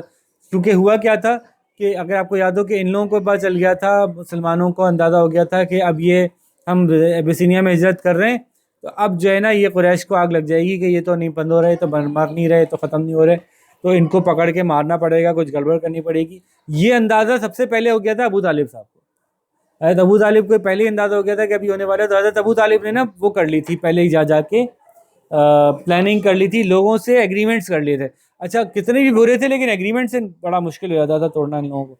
तो अबू तालिब ने क्या किया था, जाके लोगों से एग्रीमेंट कर लिए थे कि अगर कोई हाशमाइट्स में से किसी हाशमी को एक को कोई नुकसान पहुंचाने की कोशिश करेगा, सब हाशमी इकट्ठे हो गए कि नहीं हो गए। उस वक्त उनके ध्यान में भी नहीं था कि ये हज़रत मोहम्मद सल्लल्लाहु अलैहि वसल्लम की बात कर रहा है। तो उन्होंने कहा हाँ क्यों नहीं इकट्ठे होंगे, उन्होंने कहा अगर किसी हाशमी के ऊपर कोई ये किया तो तुम लोग क्या करोगे, हम उसका बदला लेंगे। अगर किसी हाशमी के ऊपर कुछ, हम हाशमी के ऊपर ये नहीं उठाने देंगे, हम ये नहीं करने देंगे। खूब उन्होंने बढ़ चढ़ के वो कर लिया वादा सारे हाशमी सरदारों ने। तो अब हाशमी सरदारों ने बात तो कर ली, उन्होंने आके बाइकआउट किया आप सल्लल्लाहु अलैहि वसल्लम का। तो अब सारे हाशमी ने कहा ये हमारे बंदे का बाइकआउट है, हम तो नहीं छोड़ेंगे, हम तो नहीं बात सुनेंगे तुम्हारी। तो फिर तय हुआ कि सारे हाशमियों का बाइकआउट होगा। अब सारे हाशमियों का बाइकआउट आसान नहीं था, 3 साल तो किया उन्होंने। अगर ये खाली आप सल्लल्लाहु अलैहि वसल्लम का बाइकआउट होता तो ये 10 साल भी चलाते, 20 साल भी चलाते, इनको प्रॉब्लम नहीं था। प्रॉब्लम ये था कि सारे कबीलों का बाइकआउट कर दिया इतने बड़े बड़े, तो वो उनके अपनी रिश्तेदारियाँ थी उसमें, अपने किसी का चचा, किसी का भाई, किसी का मामू, किसी का खाला, कोई कुछ ना कुछ थे, तो वो उनको प्रॉब्लम से। और बारी बारी सरदार जो है ना इस तरह की बातों पे तवज्जो दिला रहे होते थे कि यार ये गलत हो रहा है, ये गलत हो रहा है, नहीं करना चाहिए, गलत हो रहा है। बहरहाल 3 साल के बाद ये ख़त्म हुआ। बहुत सख्त मुहासरा था, बहुत सख्त वो था। इसी के अंदर जो है वो बहुत सारे जो कमज़ोर लोग थे उनका इंतकाल हुआ, हज़रत अबू तालिब का इंतकाल हुआ, खदीजा का इंतकाल हुआ, इसीलिए वो क्या कहलाता है, उसके बाद का इवेंट है ईयर ऑफ सॉरो। ठीक है, और जिसके नतीजे में फिर आप सल्लल्लाहु अलैहि वसल्लम जो है वो इतने परेशान थे कि अब क्या होगा, अबू तालिब भी नहीं रहे, प्रोटेक्टर नहीं रहा हो। अरब में एक तरीका था कि कोई एक प्रोटेक्टर आपका होता था, उसकी वजह से कोई आप पे हाथ नहीं उठाता था कि इस पे हाथ उठाने का मतलब है इसके प्रोटेक्टर पे हाथ उठाना। अब प्रोटेक्टर नहीं रहा, हज़रत अबू तालिब सबसे ज़्यादा वहाँ के रेप्यूटेड वो थे, तो हालांकि सबसे पैसे वाले नहीं थे लेकिन सबसे रेप्यूटेड थे। तो उनके जाने के बाद प्रॉब्लम था कि अब कौन, अब सारे मुसलमान किसकी प्रोटेक्शन में आएंगे। तो आप सल्लल्लाहु अलैहि वसल्लम को याद था कि उनके कुछ कज़न्स जो हैं वो ताइफ में रहते हैं। ताइफ ठंडी जगह है, ठंडे मिजाज के लोग होंगे, ठीक है। तो वहाँ गए, लेकिन वो बहुत ही बदतमीज़ लोग थे, बहुत बदतमीज़ी से उन्होंने बात की है, बहुत ही बुरे बुरे जवाब दिए। तो विज़िट टू ताइफ लिख लें नेक्स्ट, और ज़ैनब बाजी लिख लें और ताइफ लिखिएगा, बाकी लोग ताइफ लिख लें, ठीक है। तो विजिट टू ताइफ में क्या हुआ था, विजिट टू ताइफ में उनके साथ बहुत जुल्म हुआ, जाती हुई, लोगों ने पत्थर मार मार के उनको लहू लहान कर दिया। यहाँ तक कि हज़रत जिब्रील जो है वो पहाड़ों के एंजल के साथ आए, कहा कि आप अगर कहें तो उनको हम तबाह और बर्बाद कर दे। पहले अल्लाह ताला से एक दुआ मांगी थी आप सल्लल्लाहु अलैहि वसल्लम ने, वो बड़ी मज़ेदार दुआ है, वो बड़ी काम की दुआ है जो आप सल्लल्लाहु अलैहि वसल्लम ने पत्थर खाने के बाद मांगी थी कि अल्लाह आपने मुझे कहाँ छोड़ दिया। पहले तो वो शिकवा करता है ना इंसान, कहाँ छोड़ दिया, किसके हवाले कर दिया, आपने मेरे ऊपर उन लोगों को इख्तियार दे दिया जो कि मेरे साथ ये सब कुछ कर रहे हैं, लेकिन आप अगर इससे राज़ी हैं तो मुझे कोई मसला नहीं, आई एम ओके विद, आपको आप राज़ी हैं तो मुझे मसला नहीं। उसी वक्त हज़रत जिब्रील एंजल लेके आए थे पहाड़ों का कि हम इसको तबाह कर देते हैं। आप सल्लल्लाहु अलैहि वसल्लम ने कहा नहीं, इससे बेहतर ये नहीं है कि ये लोग मुसलमान हो जाएं, इनकी औलादें मुसलमान हो जाएं। तो यहाँ से हमने एक सवाल ये बनता है कि आपको क्या सबक मिलता है, ये सारी चीज़ों से ये सवाल बनता है। तो ये जो सवाल है ना कि परसिक्यूशन से सवाल बनता है, वो यस ताइफ के सफ़र से सवाल बनता है। तो वो जो मोटी मोटी चीज़ें हैं वो क्या हैं, वो है सबसे पहले स्टेड फास्टनेस। स्टेड फास्ट का मतलब समझते हैं आप, हक की बात पे जुल्म को सहते हुए आगे बढ़ते रहना, इस बात की परवाह ना करना कि मैं मर जाऊंगा तो क्या होगा, मैं कामयाब नहीं होऊंगा तो क्या होगा, मैं हार जाऊंगा तो क्या होगा, मेरा मकसद पूरा होगा कि नहीं होगा, डजेंट मैटर। जो हक है उस पर सीधा सीधा चलते जाओ, साबित कदमी कहते हैं इसको उर्दू में, ठीक है। स्टेड फास्ट, साबित लगे रहे पीछे नहीं हट। तो स्टेड फास्ट होना सीखा हमने यहाँ से पेशेंस सीखा, सब्र, हमने यहाँ से फॉरगिवनेस सीखा। फॉरगिवनेस वैसे आगे जाके आएगा, लेकिन चलें, फॉरगिवनेस सीखा हमने यहाँ से, कंपैशन सीखा आपस में, और कंपैशन टुवर्ड्स ह्यूमन काइंड भी सीखा। ह्यूमन काइंड क्यों, क्योंकि ताइफ में जिन लोगों ने मारा था उनके बच्चों को तो कम से कम बच जाए, वो भी तो इंसान है। तो मतलब ह्यूमन काइंड के साथ आप सल्लल्लाहु अलैहि वसल्लम का कंपैशन कितना था, ठीक है। तो बिलीफ इन अल्लाह और आखिरत पे बिलीफ इनका कितना स्ट्रॉन्ग था कि जो भी हम यहाँ सारे जुल्म सहलेंगे तो आखिरत में हमें इसका जवाब बदला मिल जाएगा। ये पॉइंट्स से जो कि ज़रूरी हैं, आपको याद रहेंगे ये वाली बातें, ठीक है। ये पॉइंट्स हैं जो कि हमें सीखने को मिलते हैं मक्की ज़िंदगी से। मक्की ज़िंदगी का अब क्लोज़ की तरफ जाते हैं हम। तो ताइफ से वापस आने के बाद जो है वो एक परेशान ज़िंदगी थी, मुश्किल ज़िंदगी थी, लोग ज़्यादा मुसलमान हो नहीं रहे थे। और फिर अल्लाह ताला ने दिखाया है कि जब मैं हल करने पे आता हूँ तो तुम्हारी कोशिश के बगैर भी मसला हल कर देता हूँ। तो उसमें फिर क्या हुआ था, बैत अक़बा उला, क्या लिखा है इन्होंने उसको, बैत को क्या कहते हैं, प्लेज, ओ यस, एक महराज को हम बीच में डाल देते हैं क्योंकि वो वहाँ से जब वापस आए थे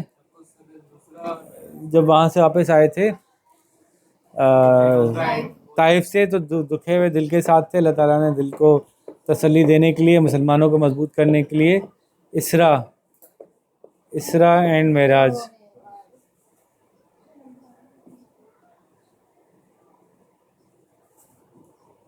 इसरा एंड महराज का वाक़या हुआ था, ठीक है। क्या कहते हैं इंग्लिश में, क्या कहते हैं इसको, असेंशन कहते हैं महराज को, और नाइट जर्नी कहते हैं इसरा को। जस्ट इसलिए बता रहा हूँ कि सवाल में आ जाए तो आप परेशान ना हो जाएं। असेंशन ऊपर उठने को कहते हैं, ठीक है। दोनों अलग अलग चीज़ें। आप सल्लल्लाहु अलैहि वसल्लम का पहले यहाँ से वहाँ का सफ़र इसरा कहलाता है, यहाँ से फ़लस्तीन गए थे, वो पूरा सफ़र आपको, ये पूरा एक अकाउंट आपको याद होना चाहिए। इसको मैं यहाँ कवर करूँगा, बहुत लंबा हो जाएगा। ये पूरा एक अकाउंट है सीधा सीधा, कि यहाँ से गए थे फ़लस्तीन में नमाज़ पढ़ाई थी, वहाँ से ऊपर गए थे, वहाँ पे मुख्तलिफ अम्बिया से मिले थे, वहाँ पे कुछ फ़राइज़ लेके आए थे, 50 नमाज़ों की 5 करा के लाए थे, वहाँ जन्नत दोज़ख के हालात देखे थे, देखा था क्यों लोग जन्नत में जाते हैं, क्यों लोग जहन्नम में जाते हैं। सिवाय हम शिर्क के बाकी सारे यही तो अल्लाह ताला का तरीक़ा था। अल्लाह ताला ने टाइम से किस्सा से उनको बाहर निकाल के वो दिखाया। जी जी बिल्कुल। आइंदा नहीं बल्कि हाल में ही फ्यूचर में लेगा यूँ कह लें। यानी ये कह लें कि एक एक ख्याल ये है कि एक विजन थी, एक्चुअली में ऐसा नहीं हो रहा था। आप सब प्रेजेंट में ही थे और एक विजन थी जो कि वो देख रहे थे, और एक ये ख्याल है कि वो वहाँ पहुँच गए थे देखने के लिए बाहर। तो इन एनी केस हमारे लिए उससे जो लर्निंग है वो हमारे लिए ज़्यादा ज़रूरी है। तो नाइट जर्नी और मेराज जो है वो असेंशन थी, इसके वाक़यात आपको पता होने चाहिए लिस्ट में। उससे क्या फ़ायदा हुआ ये ज़रूरी है हमारे लिए, ठीक है। क्या फ़ायदा हुआ, क्या क्या बताया था हमने, पूरी एक लिस्ट बनाई थी हमने इसकी फ़ायदों की। क्या बताई थी उरुश बाजी? Consolation to the holy prophet, उनके दिल रखना। नहीं, डायरेक्ट होली प्रॉफिट का अलग से लिखेंगे ना, आफ्टर किसके बाद, ताइफ के बाद। ताइफ के बाद ये हुआ था। फिर मुस्लिम्स इन जनरल, नहीं हम फ़ायदा बोल रहे हैं, मेराज का फ़ायदा क्या हुआ। मुस्लिम्स इन जनरल की दिल बड़ा हुआ, because they got to know कि अल्लाह ताला ने किस तरह से उनके लिए जन्नत तैयार की हुई है, और वो जिन चीज़ों से बचते हैं उनसे बचने का कितना फ़ायदा है, क्योंकि उनके लिए दोज़ख से बच रहे हैं। कौन कौन सी दोज़ख हैं जिससे बच रहे हैं, अपने काम अच्छे काम करके, ठीक है। फिर नॉन मुस्लिम्स के ऊपर इम्पेक्ट पड़ा था, क्योंकि आप सल्लल्लाहु अलैहि वसल्लम ने पहले से बता दिया था कि फ़लाना काफ़िला आ रहा है। ना सिर्फ काफ़िला बता दिया था बल्कि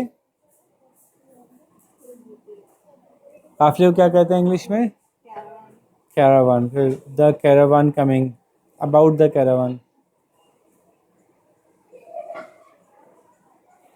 ठीक है। उन्होंने जो है वो ना सिर्फ काफ़िले का बताया था बल्कि मस्जिद अक्सा की भी तफसील बताई थी। कुछ ऐसे लोगों को बुलाया गया जो मस्जिद अक्सा कई दफ़ा जा चुके थे, उनसे कहा आप बताएं ज़रा इनको कि वहाँ क्या है। तो आप सल्लल्लाहु अलैहि वसल्लम के सामने आप अल्लाह ताला ने मस्जिद अक्सा कर दी थी और पूरी तफसीलात उन्होंने बताई थी कि यहाँ पे ये, यहाँ पे ये। तो फिर ये लोग इम्प्रेस हो गए थे कि यार ये कैसे हुआ, ये क्या चीज़ हो गई, ठीक है। तो एक इम्प्रेशन ये भी किया था लोगों के ऊपर।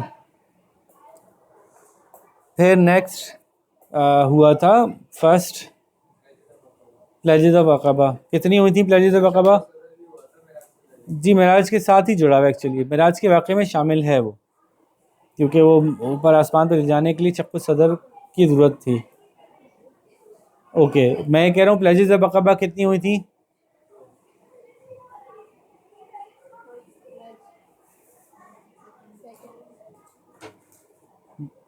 प्लेजेस ऑफ अक़बा के अंदर क्या हुआ था कि आप सल्लल्लाहु अलैहि वसल्लम जो है वो हज के मौके पे लोगों को तबलीग करते थे, क्योंकि हज के मौके पे दुनिया भर से लोग आते थे। हज के मौके पे तबलीग होती थी, उसका क्या होता था कि कुछ लोग अपने अपने इलाके में चले जाते थे, अगर वो ईमान ले आते थे तो तबलीग को एक्सेप्ट कर लेते थे और फिर अपने इलाके में तबलीग करते थे। इसी तरह के लोगों में से एक पूरा कबीला इनका था, अंसार का था, मतलब मदीने वालों का, यसरब वालों का था, जो कि एक्सेप्ट करके गया। और कुछ लोग आए, उन्होंने आप सल्लल्लाहु अलैहि वसल्लम के हाथ में बैत की, मुसलमान हुए, और फिर वो वहाँ से वापस गए, फिर तबलीग की। आप सल्लल्लाहु अलैहि वसल्लम उनके साथ कुछ किसी को भेजा, हज़रत मुसअब बिन उमैर को भेजा, उन्होंने तबलीग की। मज़ीद लोग आए, मज़ीद ये एक राउंड चलता गया। लोग वहाँ पे ऐसे पता चला कि भाई 23 इस्लाम फैल रहा था। तो इसके पूरे इवेंट्स हमारे पास पूरे कोर्स में मौजूद हैं, हमने इसकी पूरी वीडियो बनाई हुई है, तफसीलात तो आप वहाँ से देख लीजिएगा। लेकिन ये प्लेजेस ऑफ अक़बा जो है वो साल के साल 2 साल में इन्होंने बड़ी हिम्मत बना दी आप सल्लल्लाहु अलैहि वसल्लम की। यहाँ तक कि इस लेवल पे चली गई बात कि उन्होंने कहा अब हमारे पास इतने लोग मुसलमान माशाल्लाह माशाल्लाह हो गए हैं कि आप वहाँ आ जाएं, यहाँ पे तो कुछ भी नहीं है। वहाँ पे पूरा शहर ऑलमोस्ट मुसलमान हुआ पड़ा है, और वो आपके लिए जो है वो तैयार बैठा है कि आप आएँ और उनको। और फिर यहाँ पे आपकी जान को भी ख़तरा है, हालात आपको पता ही हैं, कोई लीडर अभी आपको सपोर्ट नहीं कर रहा। मैंने आपको इसमें रीज़न लिखवाए थे कि क्यों यसरब वाले क्यों चाहते थे कि आप सल्लल्लाहु अलैहि वसल्लम मदीना हिजरत कर जाएं। तो मैंने उसके रीज़न लिखवाए थे। रीज़न नंबर 1 ये था कि वहाँ पे इस्लाम वाज स्प्रेडिंग,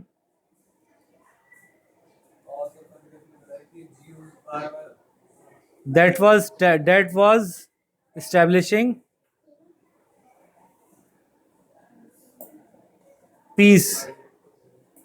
सबसे पहले तो पीस इस्टेब्लिश हो रहा था, तो वो ये चाहते थे कि अगर आप सल्लल्लाहु अलैहि वसल्लम खुद आ जाएंगे तो इसकी स्पीड और बढ़ जाएगी। ये बात याद है? दूसरी बात मैंने क्या कही थी, याद है?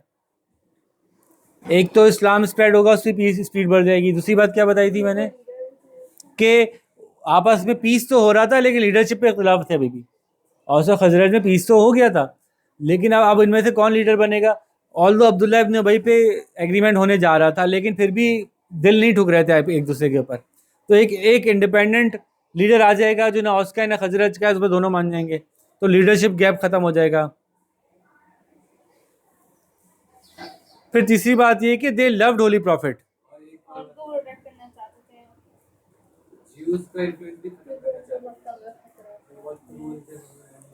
तो उनको लगता था कि मक्का में अगर वो रहेंगे तो उनकी लाइफ को थ्रेट है, तो हम इनको अगर अपने पास ले जाएंगे तो उनकी ज़्यादा अच्छी प्रोटेक्शन कर सकेंगे। ठीक है। तीसरी बात ये थी कि दे लव्ड होली प्रॉफिट। पहली बात थी कि Islam was spreading, that was establishing peace in Yathrib.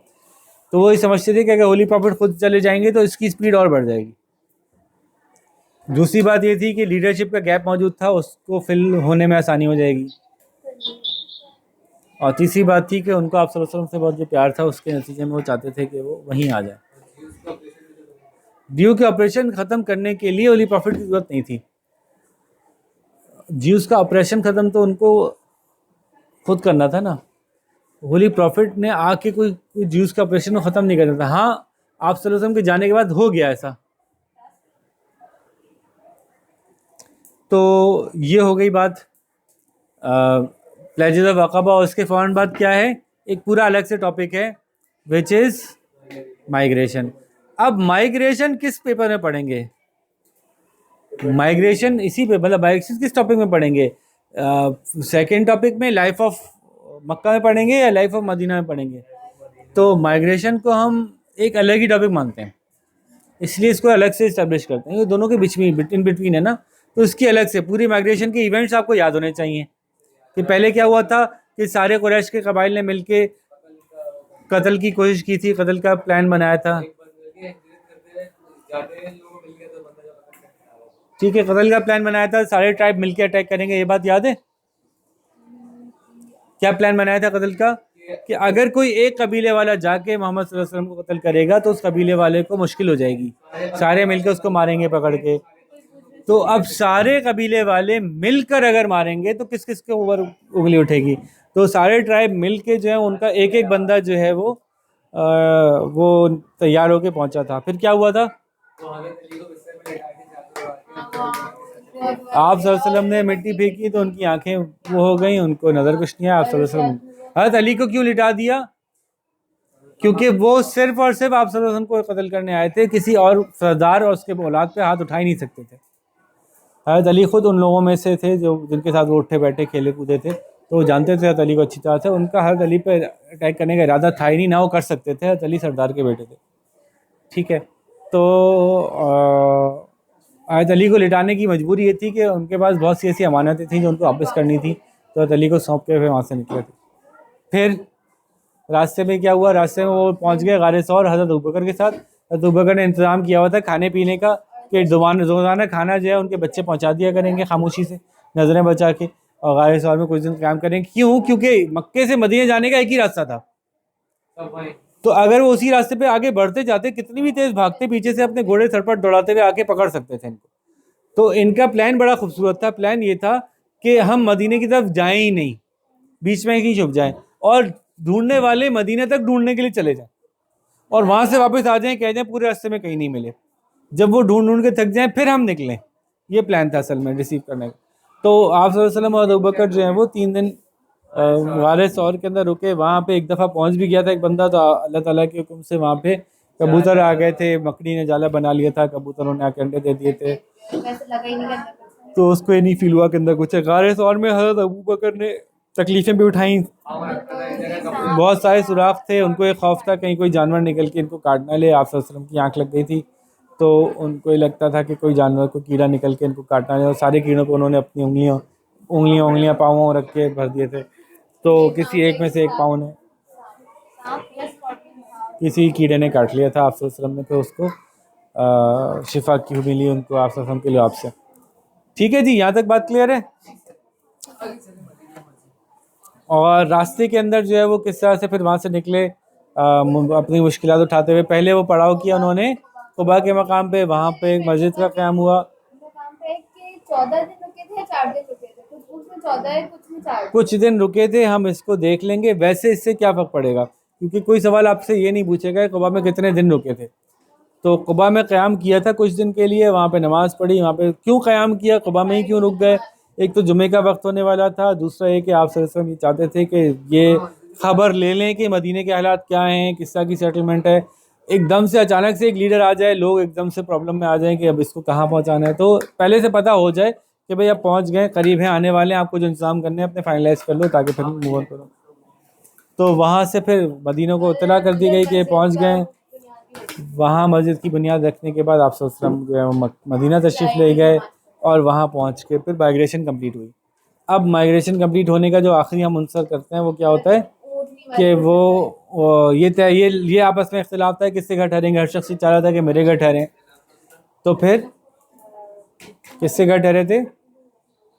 तय ये हुआ कि ऊँटनी को खाली छोड़ दिया जाए, वो जहाँ भी जाके बैठ जाएगी वही उसका घर होगा। तो तब वो ये अंसारी के घर में जाके वो ठहर गई थी। तो वो ये अंसारी का घर 2 मंजिला था, उस ज़माने में भी 2 स्टोरी बिल्डिंग्स होती थी।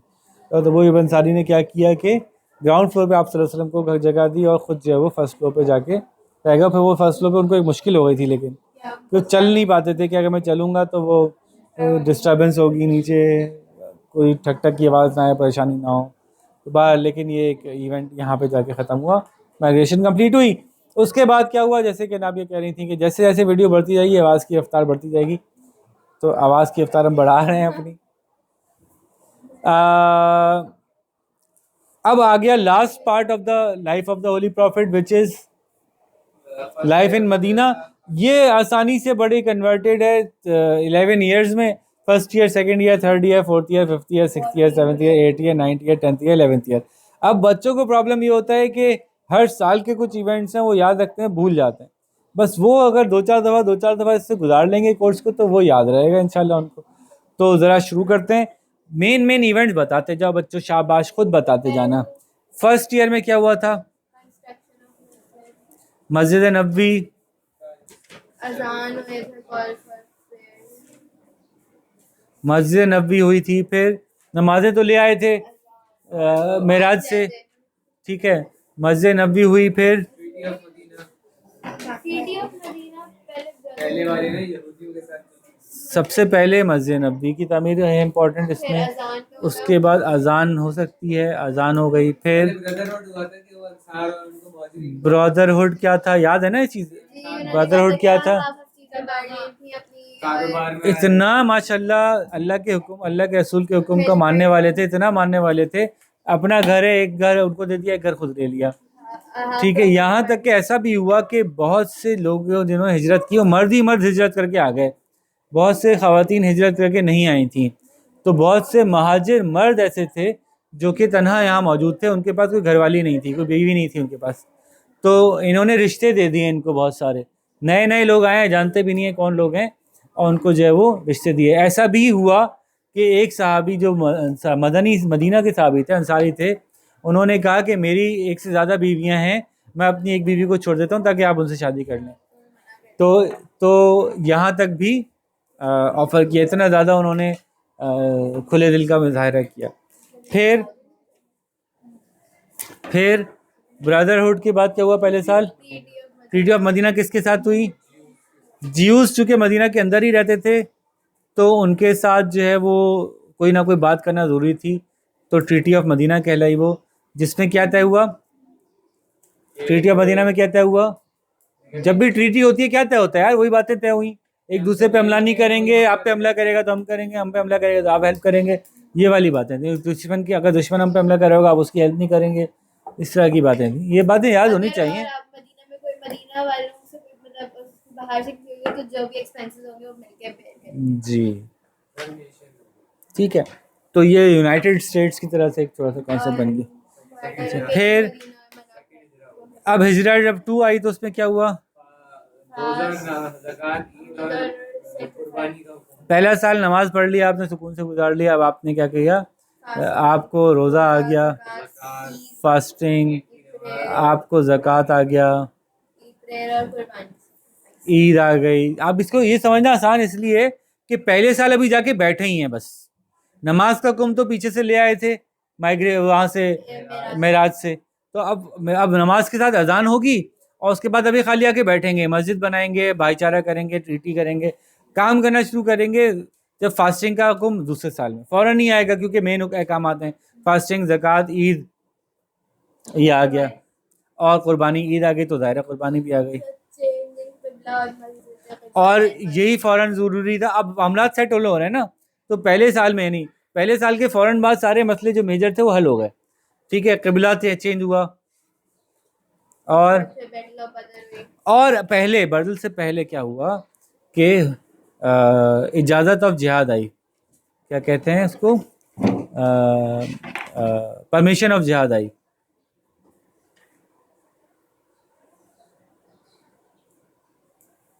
ठीक है, परमिशन ऑफ जिहाद क्यों कहेंगे इसको? क्योंकि पहले मुसलमानों को इजाज़त नहीं थी हाथ उठाने की, इजाज़त ही नहीं थी कि वो ऑपरेशन के ख़िलाफ़ फिज़िकली कोई मूव करें। तो ये बहुत मुश्किल हालात थे, इसलिए तो मुश्किल थे, वरना लड़ लड़ के मर जाते।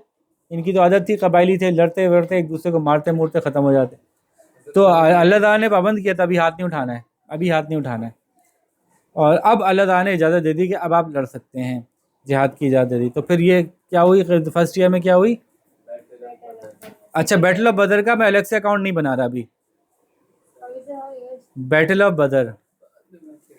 ठीक है, और क्या इवेंट हुआ फर्स्ट ईयर में, सेकंड ईयर में? और ये जो हुआ था आपका ट्रीटी ऑफ मदीना, ये आहिस्ता आहिस्ता करके जो है वो फॉल अपार्ट की है। तो पहले किसका निकला? कैनका, एक्सक्लूजन हुई इनकी, एक्सपल्जन हुई। क्यों हुई थी एक्सपल्जन? वो मुसलमानों की मदद नहीं की थी उसमें, उन्होंने इसके दौरान बैटल ऑफ बदर में इन्होंने मसला किया था, तीसरी से पीछे हट गए थे। 3 कबीले थे ना, एक एक करके 2 कबीले इनके थे, अरब के थे, और 3 कबीले ज्यूस के थे। तो एक कैनका तो निकल गया। कैनका के अंदर जो है वो उनसे मुख्तलिफ मसाइल हुए थे, वो आप देख लीजिएगा, पूरा तफसील मौजूद है वीडियो के अंदर, हमने बनाई हुई है इसके ऊपर। तो वहाँ पे क्यों इनसे झगड़ा हुआ था, एक बड़ा मशहूर वाक़या इसी के ऊपर, पर्दे के ऊपर, कि वो एक दुकान पे गई थी, दुकानदार ने जो है वो उनको सौदा दिखाते दिखाते, कपड़े की दुकान थी गालिबन, किसी दुकान थी, सौदा दिखाते दिखाते उनकी चादर को किसी भारी वजन के नीचे दबा दिया था चुपके से। वे वो उठी ना तो उनकी चादर खुल गई, और उस पर खूब मजाक वजाक उड़ाया, बड़ी बातें सुनाई। तो उस पर जो है एक साहबी वहाँ खड़े थे, उनको इतना गैरत आई कि उन्होंने उसको स्ट्राइक किया, मर गया। वो मर गया, वो उसने स्ट्राइक कर दिया, उनके वालों ने मार लड़ाई कर दी। इसके ऊपर उन्होंने फिर बीच बचाव कैसे हो, क्या फ़ैसला हो, तो फैसला हुआ कि जो है वो ये आपकी गलती थी, आपने जब हमसे एग्रीमेंट किया था आपको इसका प्रॉमिस का पासदारी करनी चाहिए थी। और फिर बाकायदा इनसे लड़ाई होकर मामला ख़त्म किया गया इनके साथ। अच्छा, फिर सेकंड ईयर हो गया, थर्ड ईयर पे आ जाएं। ईयर्स के हम डब्बे डब्बे बनाते जाते हैं। हाँ, थर्ड ईयर में क्या हुआ था? बहुत आसान है, जब सेकंड ईयर में बदर हुई तो थर्ड ईयर में ओहद हुई। और क्या हुआ? थर्ड ईयर में मेजर इवेंट ओहद ही था आपके पास। टॉपिकल के अंदर फोर्थ ईयर था ही, कोई बात नहीं, हमारे पास फोर्थ ईयर में क्या है? अगला कबीला निकाला, बनु नुदैर, एग्जाइल ऑफ बनु, ये भी दूसरा ट्राइब निकला था। ये क्यों निकला था? कुरैश की मदद करते और मुनाफिकीन के साथ थे। किस जंग में तो कोई नहीं हुई थी। और के बाद हाँ देखें पढ़ें फटाफट जल्दी से After the देखें। loss of Muslims in Battle of Hazrat Uhud, the Jibreel भी Jews आए थे। type Jews वो of तो हो Banu गया। Najib became very vocal about their opposition to the Muslims. They also made contacts with the Quraysh and hypocrites in Medina in an attempt to destroy the Muslim state. वो आपसे जी। ऊपर एक पत्थर गिराने की, वो बोल्डर गिराने जी की। एक्चुअली कोई इवेंट होता है ना, उसके बाद ये सब कुछ सामने आती हैं बातें। तो उन्होंने जो है वो आप सल्लल्लाहु अलैहि वसल्लम को कत्ल करने का प्लान बनाया था और उसके पीछे पीछे सारी हरकतें कर रहे थे, तो कि कुरैश से ट्रेड करना चाह रहे थे, पता था। लेकिन एक एक इवेंट चाहिए होता है ना किसी को पकड़ने के लिए। अब मुझे पता है मेरे छुप छुप के चोरी करता है, मैं खुद पकड़ूंगा चोरी करते हुए फिर ही सज़ा दूंगा ना। छुप छुप के करने पे तभी नहीं दे सकता मैं सज़ा, जब तक साबित नहीं होगा। बताया था कि ये तो ये कत्ल की साजिश थी, और साजिश पकड़ी गई। उसके बाद फिर ये सारी चीज़ें सामने रखी गई उनके, तुम ये भी करते रहो, तुम ये भी करते रहो, तुम ये भी करते रहो। तो वो एक नज़र देख लीजिएगा तफसील। लेकिन ये कि ये इवेंट था चौथे साल में। ठीक है, चौथे साल में थी, और prohibition of alcohol. चौथे साल में अल्कोहल भी थी। तो मदीने में अल्कोहल की तभी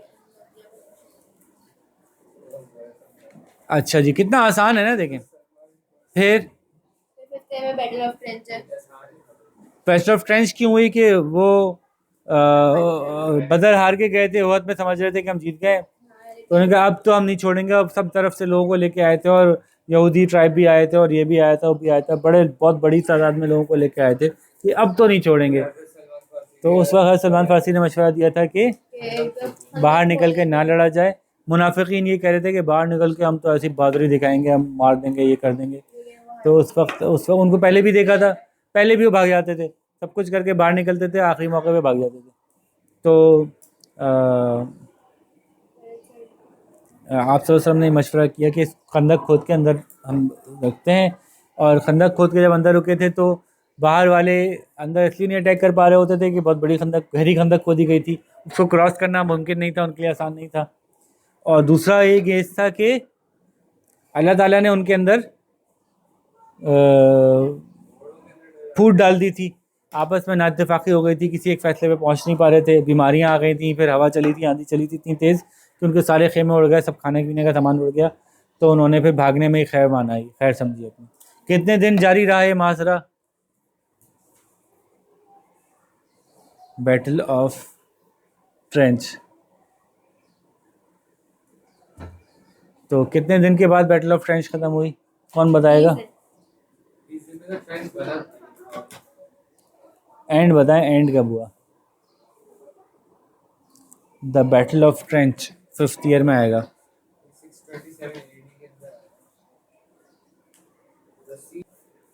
जी, बैटल ऑफ ट्रेंच जो है वो तकरीबन 1 महीना 1 मंथ तक लाइस की, उसके बाद वो भागना पड़ा उनको। फिर उसके बाद punishment of Banu Qurayza. और तीसरा ट्राइब भी निकल गया,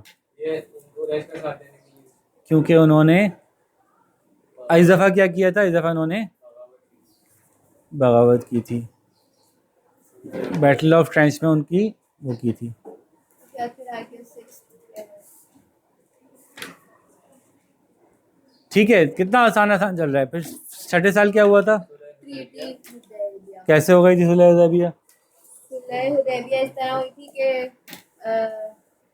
वो हज उम्रा करने गए थे ना मुस्लिम, तो वो कहाँ गया, बैत रिजवान कहाँ गई? तो उसमें उम्रा करने गए थे, तब जो है ना इसमें एज ए टॉपिक नहीं दिया बेहतर हाल ट्रीटी हुदैबिया के साथ ही हुआ थी।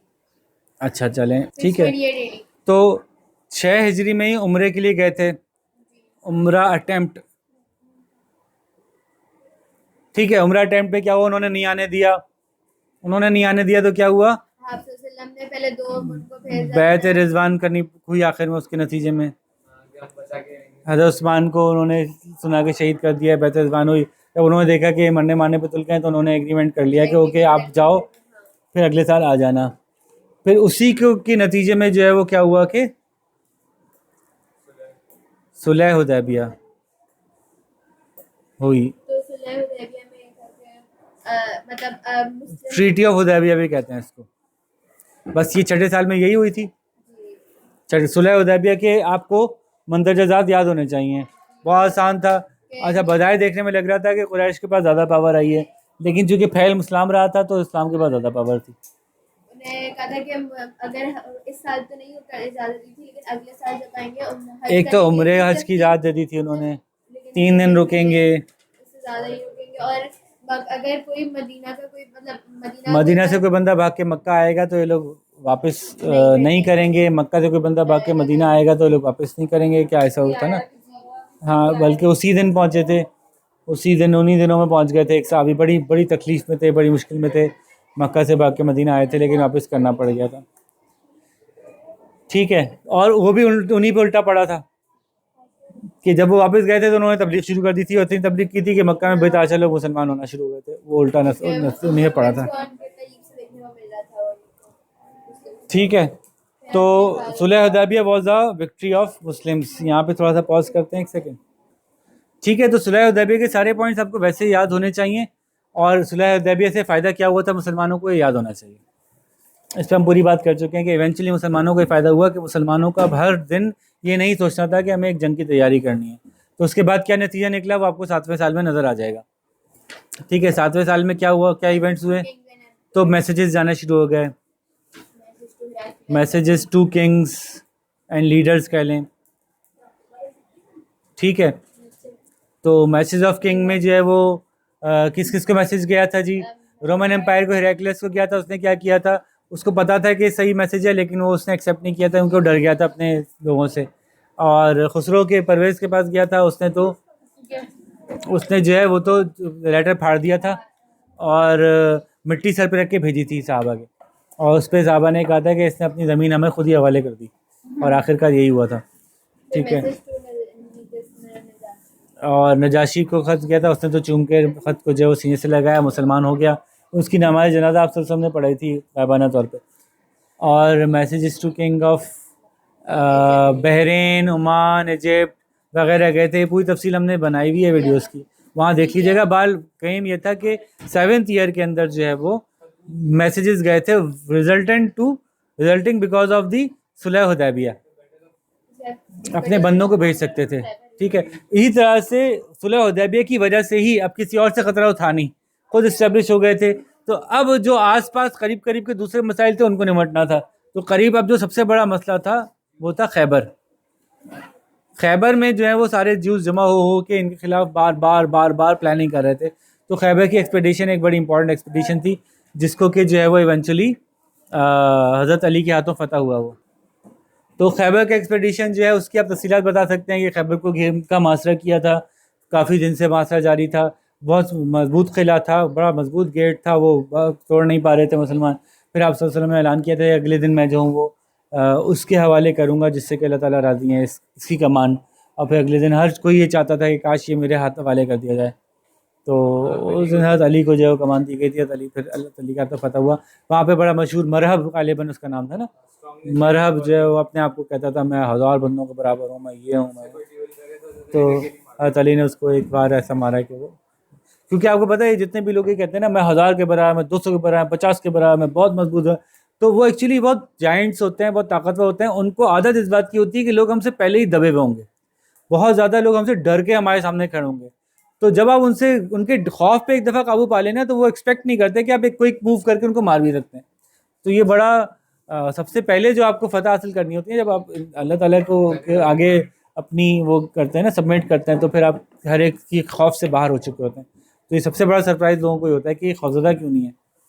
ठीक है जी, तो एक्चुअली ये नहीं होता है कि बंदा के पास 1000 का वज़न उठाने की जगह हो, बस वो खौफ होता था उससे कि मैं सामने आ जाऊँ तो लोग भाग जाते हैं, आर्मीज़ भाग जाती हैं।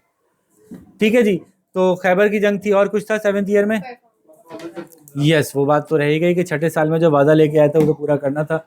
और ये बड़ा ही दिलों को नरम करने वाला वाक़या था इसमें कि आंखों में आंसू थे कि हम वापस मक्के पहुँचे और हमें इजाज़त मिली। और ये एक तरह की अल्लाह की तरफ से निशानी भी थी कि अब ये मिल ही गई, बस आपको, आप समझो बस आपको मिल ही गई। ठीक है, तो उस दिन उम्रा भी हुआ था, उस साल उम्रा भी हुआ था। और उम्रा जब हो गया तो अगले साल ऑटोमेटिकली क्या होगा, तो अच्छा पहले तो मौता हुई ना, मौता ही से तो वो दबदबा पड़ा था। तो ये क्या हुआ था आपको याद है? बैटल ऑफ मौता में क्या हुआ था? कई दफ़ा डिस्कस हो गई। बैतुल ऑफ मौता में क्या हुआ था, हुई क्यों थी, क्या हुआ था?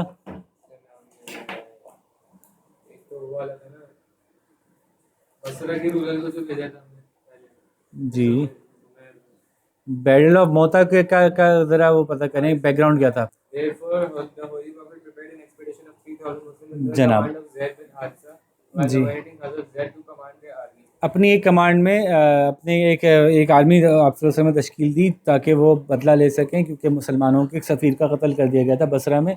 उसके बदले के तौर पे एक फ़ौज 3000 फ़ौजियों की मुश्तमिल जो है उसमें हज़रत ज़ैद बिन हारिस की कमांड में भेजी गई। ठीक है, और ये बड़ी इंटरेस्टिंग जंग थी। इसमें ज़ाहिर शहादत भी हुई सहाबा की।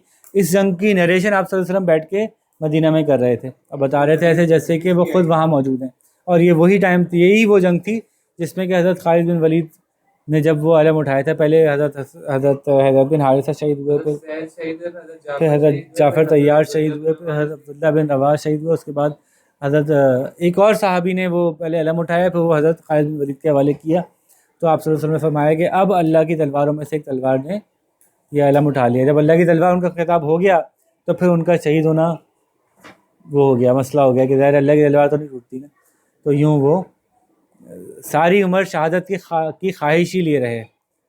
और एक जब वो बीमार पड़े थे, हज़रत बीमारी से इंतकाल हुआ उनका, मतलब वो ओल्ड एज से डेथ हुई उनकी, वो जंग में शहीद नहीं हो सके।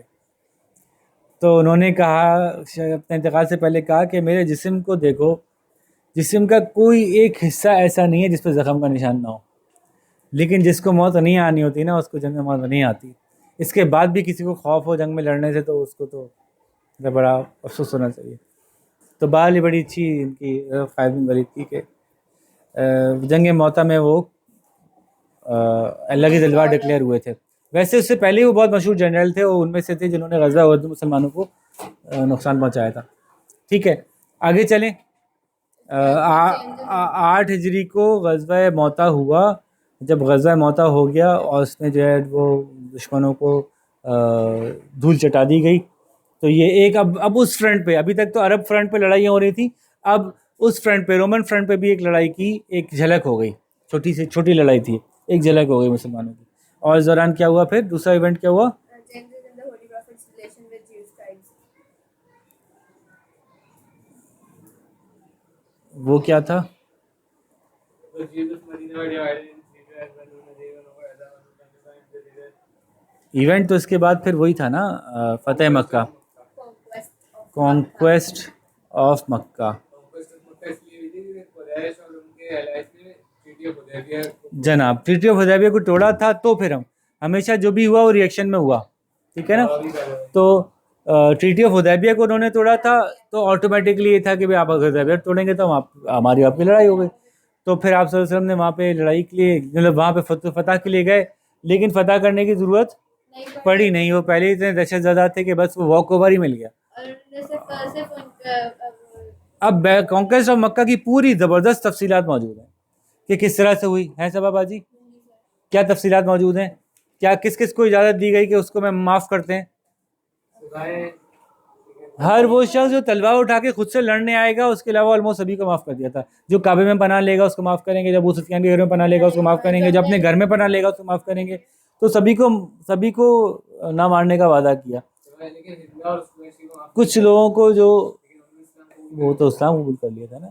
कुछ लोगों को जिनसे लड़ाई हुई वो उनसे हुई जिन्होंने कि कबूल नहीं किया, ना इस्लाम कबूल किया, ना वो छुपे ना सरेंडर किया, उन्होंने उनसे लड़ाई हुई बस। तो उसके बाद वो काबे में रखे बुतों को तोड़ा गया। आप सल्लल्लाहु अलैहि वसल्लम जब वो गिराते जाते और वो कलमा हक बुलंद करते जाते, और उसके बाद सारे बड़े जो वो थे इनके ट्राइब लीडर्स वो जमा हुए, उनके सामने रख के आप सल्लल्लाहु अलैहि वसल्लम ने पूछा कि अब तुम लोग क्या समझते हो क्या होगा तुम्हारे साथ। तो फिर उन्होंने वो सारी पुरानी बातें याद दिला दी। तुम बड़े अच्छे बच्चे हो, तुम तो ये हो, हमारे बड़े अच्छे साथी थे। तो ये बड़ा मशहूर सरबंद था ये आपको याद है सारी बातें, या ये अभी बस एक दफ़ा सुनने अगले बार से भूल जाएंगे? याद हैं। तो कॉन्क्वेस्ट ऑफ मक्का के आखिर में आप सल्लल्लाहु अलैहि वसल्लम ने सबको माफ़ कर दिया था, लेकिन लोगों को लग रहा था कि अब आप सल्लल्लाहु अलैहि वसल्लम शायद मक्का में ही रहेंगे। लेकिन आप सल्लल्लाहु अलैहि वसल्लम ने कहा नहीं, जब मेरा मुश्किल वक्त था तो मुझे यसरफ वालों ने जगह दी थी, मक्के वालों ने निकाल दिया था। तो दिल तो मेरा काबे में बहुत लगता है, लेकिन मैं उन लोगों के साथ ही रहना पसंद करूँगा जिन लोगों ने मुझे मुश्किल के वक्त पनाह दी थी, तो मदीना वापस शिफ्ट हुए। ठीक है, अब ये एंड शुरू हो गया, क्योंकि यहीं पे जो है वो पता चल गया कि जी अब ये लास्ट मोमेंट्स हैं, तो बैटल ऑफ मक्का के उसमें ही लास्ट सरमन भी शामिल है। तो जब कॉन्क्वेस्ट ऑफ मक्का करेंगे ना, तो उसमें लाजमी आपको जो है ना वो पहले बैटल ऑफ नहीं, यहाँ पे वो थोड़ी आएगा अभी, बैटल ऑफ हुनैन 8th ईयर में ही आएगी। हाँ, तो फिर मैंने लाइन लगा दी ना गलती से। कॉन्क्वेस्ट ऑफ मक्का हुआ, उसके बाद बैटल ऑफ हुनैन हुआ। बैटल ऑफ हुनैन क्या थी भाई, किसको याद है? सब आपको याद है बैटल ऑफ हुनैन क्या थी? मक्का अब मुसलमान तादाद में ज़्यादा हो गए थे, मुसलमानों को ये सबक सिखाना था कि सिर्फ तादाद से कुछ नहीं होता। अब मक्का के आसपास के जो दूसरे ट्राइब से वो तंग कर रहे थे, शैतानियाँ कर रहे थे, मिल के वो लड़ाई करना चाहते थे, तो उनको भी एक उनके ऊपर धाक बिठानी थी। सबको कॉन्क्वेस्ट नहीं करना था, सबको फतह नहीं करना था, वो तंग कर रहे थे, जगह जगह से रास्तों पे हमला करते थे, तो उनको एक सबक सिखाना था कि हम कितने पावरफुल हो चुके हैं, अब हमसे पंगा ना लो। तो लेकिन उस वक्त एक सबक मुसलमानों को भी सिखाना था। मुसलमानों को सबक ये सिखाना था कि आप सल्लल्लाहु अलैहि वसल्लम की एक हदीस थी कि अगर मुसलमान ईमान मुसलमान 12,000 हो जाएंगे तो उनको दुनिया की कोई फौज नहीं हरा सकती। ये हदीस है, ईमान 12,000 मुसलमान फौज को दुनिया की कोई फौज नहीं हरा सकती। ये आप सल्लल्लाहु अलैहि वसल्लम का वादा है। अब ये पहले से लोगों को अंदाजा हो गया, अब तो हम 15,000 हो गए, 12,000 से प्लस हो गए थे, तो उनको लगा कि अब तो हम हारेंगे ही नहीं, हार नहीं सकते। तो लेकिन उसमें बहुत से ऐसे लोग भी थे जो नॉन मुस्लिम थे, जो अभी उस लेवल पे ईमान के दर्जे पे नहीं पहुंचे थे कि जो उस 12,000 को पूरा करते। दूसरा, उनका अल्लाह ताला पे ट्रस्ट ज़रूरी था बजाय अपनी ताकत पे ट्रस्ट होने के। तो वो चाहे 12,000 हो या 4,000 हो, ट्रस्ट अल्लाह पे ही करके आगे बढ़ना था उनको। तो जब उनको अपनी ताकत पे ट्रस्ट हुआ तो वो उनके पाँव खड़ने लगे और उनको लगा कि हम हार जाएंगे, क्योंकि वो एक ऐसी घाटी से गुजर रहे थे जहाँ पे दो तरफ पहाड़ थे, पहाड़ के ऊपर दुश्मन खड़ा हुआ तीर बरसा रहा था और यहाँ से फौज गुजर रही थी मुसलमानों की। अब वो ना भाग सकते, आगे जा सकते, ना पीछे जा पा रहे थे। उस वक्त जो बहुत से लोग थे भागना शुरू हो गए डर से, मतलब सिचुएशन से। आप सल्लल्लाहु अलैहि वसल्लम ने जो है वहाँ पे अपना आसा ज़मीन में मारते हुए कहा था कि मैं अल्लाह का नबी हूँ, मैं नहीं भागूंगा। और उसके बाद सारे मुसलमान उनके गिर्द जमा होना शुरू हुए और फिर वो वो बैटल को वापस से रीस्टार्ट किया गया, वो वाकई जीत गए थे मुसलमान। तो बड़ा इंपॉर्टेंट लेसन था ऐसे मुसलमानों के लिए भी। 8th में ही ग़ज़वा हुनैन हुआ था, समझ में आई बात? पहाड़ है बीच में, यहाँ से भी जी। और क्या हुआ था 8 हिजरी में? ज़ाहिर है ये पूरा एक कंटिन्यूएशन थी, बैटल ऑफ हुनैन एंड ताइफ का सीज, ये एक ही रास्ते पे हुई मामला। ठीक है, और ताइफ का सीज भी जो है वो इवेंचुअली रिजॉल्व कर दिया गया था कि एक्चुअली मकसद उसका बाकायदा कोई फ़तह ना मक्का में बाकायदा फ़तह मकसद थी, ना बाकायदा कोई फ़तह ताइफ वालों की मकसद थी। उनको ये समझाना मकसूद था कि अब आपका कंट्रोल ख़त्म हो चुका है, अब कंट्रोल हमारा आ गया, अब आपको हमारे हिसाब से चलना पड़ेगा। ठीक है, फिर क्या हुआ? फिर 9th ईयर आ गया, अब बस क्लोजिंग चल रही है। ठीक है, 9th ईयर में क्या हुआ? 9th ईयर में वो जो पीछे हुआ था ना आपका बैटल ऑफ मौता, बैटल ऑफ मौता के बाद जो है वो वहाँ से फिर चपकलेश शुरू हो गई रोमन साइड से, मतलब उस साइड से, सीरियन साइड से, रोमन साइड से, वो जो क्रिश्चियन साइड मतलब कह लेना आसानी के लिए, क्रिश्चियन साइड से जो है वो फिर एक मसला शुरू हो गया कि ये इन्होंने हमें कैसे जंग में शिकस्त दी, अब हम इनको छोड़ेंगे नहीं और लाखों की फ़ौज लाएंगे और तबाह बर्बाद कर देंगे। रोमन्स के पास कैपेसिटी थी ना इतनी कि वो लाखों की फ़ौज ला भी सकते थे। तो उन्होंने जो है वो प्रिपरेशन शुरू करने की खबर ही आई थी कि आप सल्लल्लाहु अलैहि वसल्लम ने कहा ये क्या हमारे ऊपर हमला करेंगे, हम खुद इनके ऊपर जाके जो है वो इनसे लड़ाई करेंगे। तो आप सल्लल्लाहु अलैहि वसल्लम ने जो है वो बड़ी मशहूर यहाँ पे ग़ज़वा तबूक आया, जिसमें कि 30,000 की फ़ौज थी। इवेंट सारे आपको पता है, इसी में वही थी जिसमें सबकी कुर्बानियाँ दी बड़ी ज़बरदस्त। हज़रत अबू बकर ने अपना पूरे घर का सामान रखा, हज़रत उमर ने अपने आधे घर का रखा, हज़रत अबू बकर के वो लिबास वाला जो हदीस है वो भी इसी में है। या कौन सी हदीस है?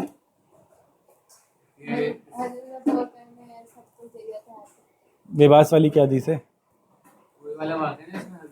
एक दिन उसी ग़ज़वा तबूक के मौके पे लोग अपना सामान लेके आ रहे थे, तो जिब्रील अलैहिस्सलाम जो है वो टाट कांटों से पहन के आए। तो आप सल्लल्लाहु अलैहि वसल्लम ने पूछा कि जिब्रील तुम्हें क्या हो गया, ये क्या तुमने लिबास पहना हुआ है?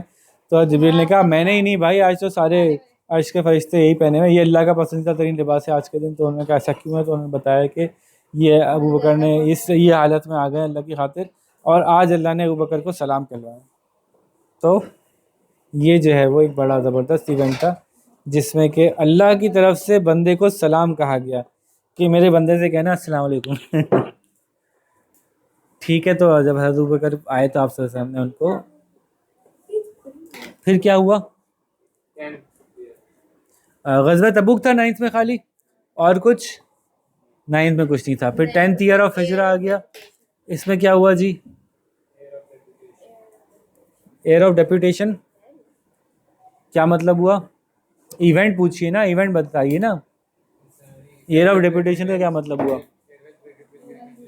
इस साल यानी 10वें साल जो हुई, मैंने एक गलती यहाँ पे कर दी थी बेध्यानी में, कॉन्क्वेस्ट ऑफ मक्का पे जो हुआ था वो खिताब हुआ था कुरैश से। डेपुटेशन मतलब ये हुआ था कि मदीना में बहुत सारे ट्राइब्स आए थे कि हम इस्लाम कबूल करते हैं, हम इस्लाम कबूल करते हैं। जी, इस साल ट्राइब्स आए थे, ट्राइब्स इस्लाम, क्योंकि ये जो हुआ था ना कॉन्क्वेस्ट ऑफ मक्का से एक धाक बैठी थी। मैंने दूसरी बात बताई थी, आपने याद है, एक बात हुई थी कि तबूक कैसे पीस को प्रमोट करने वाला जिहाद बना, क्योंकि उसमें कोई जंग भी नहीं हुई, फिर भी पीस प्रमोट हो गया। तो उसमें हमने बातें क्या क्या की थी कि जो ट्राइब्स नए मुस्लिम हुए थे वो स्ट्रांग हो गए कि नहीं यार ये स्ट्रांग है, ये हमें बचा सकते हैं।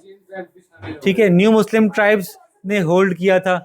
ठीक है, दूसरा जो था, जो ट्राइब नॉन मुस्लिम थे और वो इस्लाम पे अटैक करना चाहते थे, तो नॉन मुस्लिम्स जो हैं वो डर गए थे। तो इतना बड़ा पूरा मजमा आ गया, 30,000 मुसलमान आ गए, नॉन मुस्लिम्स पे पड़ा था असर। फिर तीसरा असर पड़ा था जो क्रिश्चियंस थे, वो डर गए थे और उन्होंने सोच लिया था कि ये बड़ी ख़तरनाक फोर्सेस पर भी अटैक नहीं कर सकते।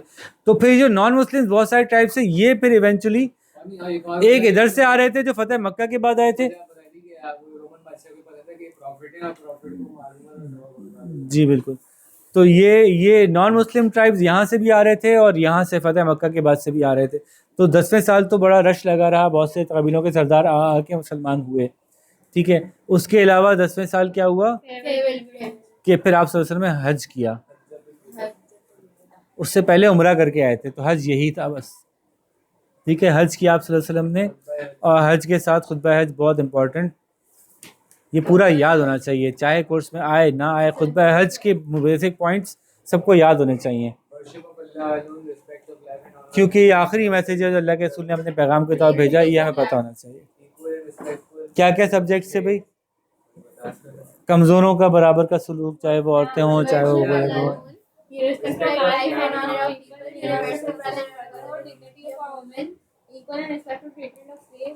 आज के दौर में ये हज्जतुल विदा की क्या हैसियत है, ये आज के दौर में भी आपको बताना चाहिए कि आज के दौर में क्या हैसियत है। ये सवाल का जवाब तैयार खड़ा होना चाहिए आपके पास, ऐसा रटा हुआ होना चाहिए कि बस अभी बोलें अभी शुरू कर देंगे, क्योंकि ये इस्लाम की क्रक्स है ना। अगर इसको आप अच्छा तैयार कर लेंगे, ये बहुत जगह इस्तेमाल होगा। तो इस सवाल की का जवाब का अच्छा तैयार होना चाहिए।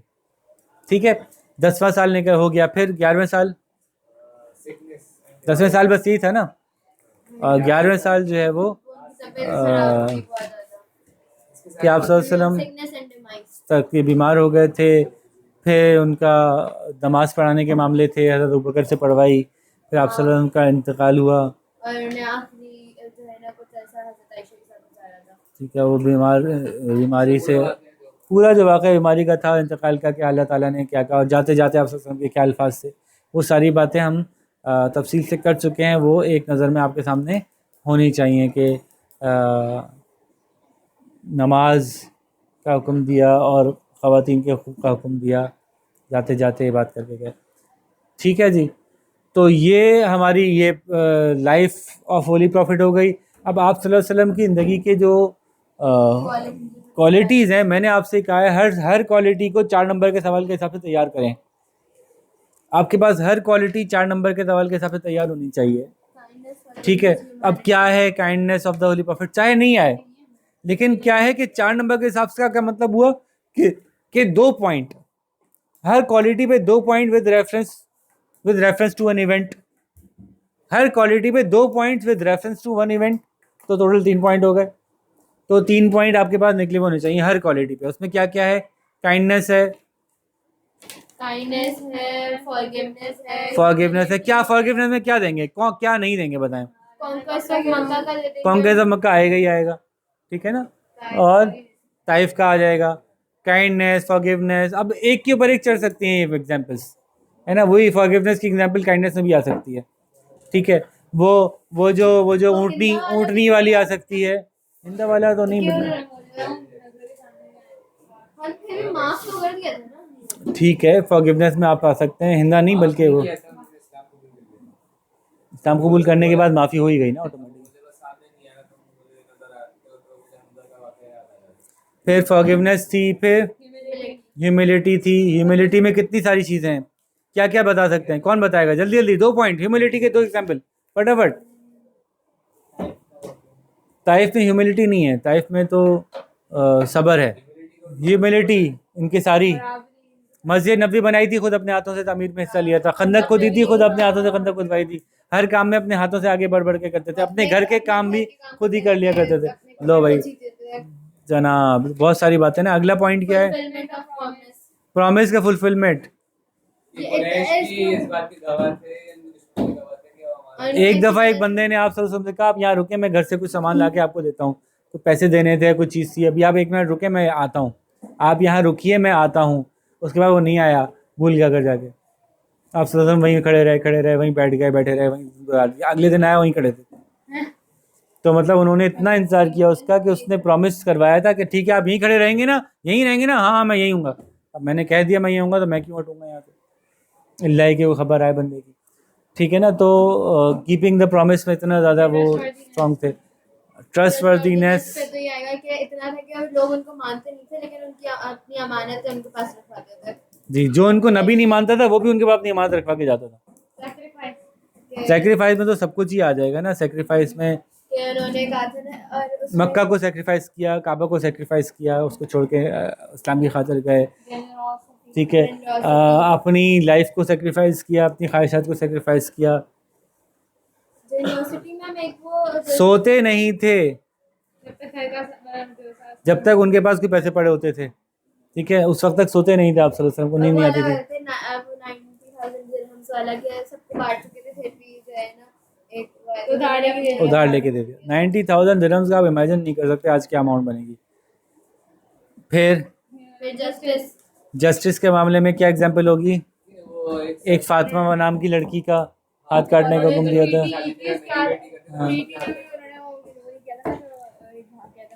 हाँ, बंदा जब उनका मदीना मक्का से निकल के मदीना आए थे जो साहबी, उनको वापस कर दिया था।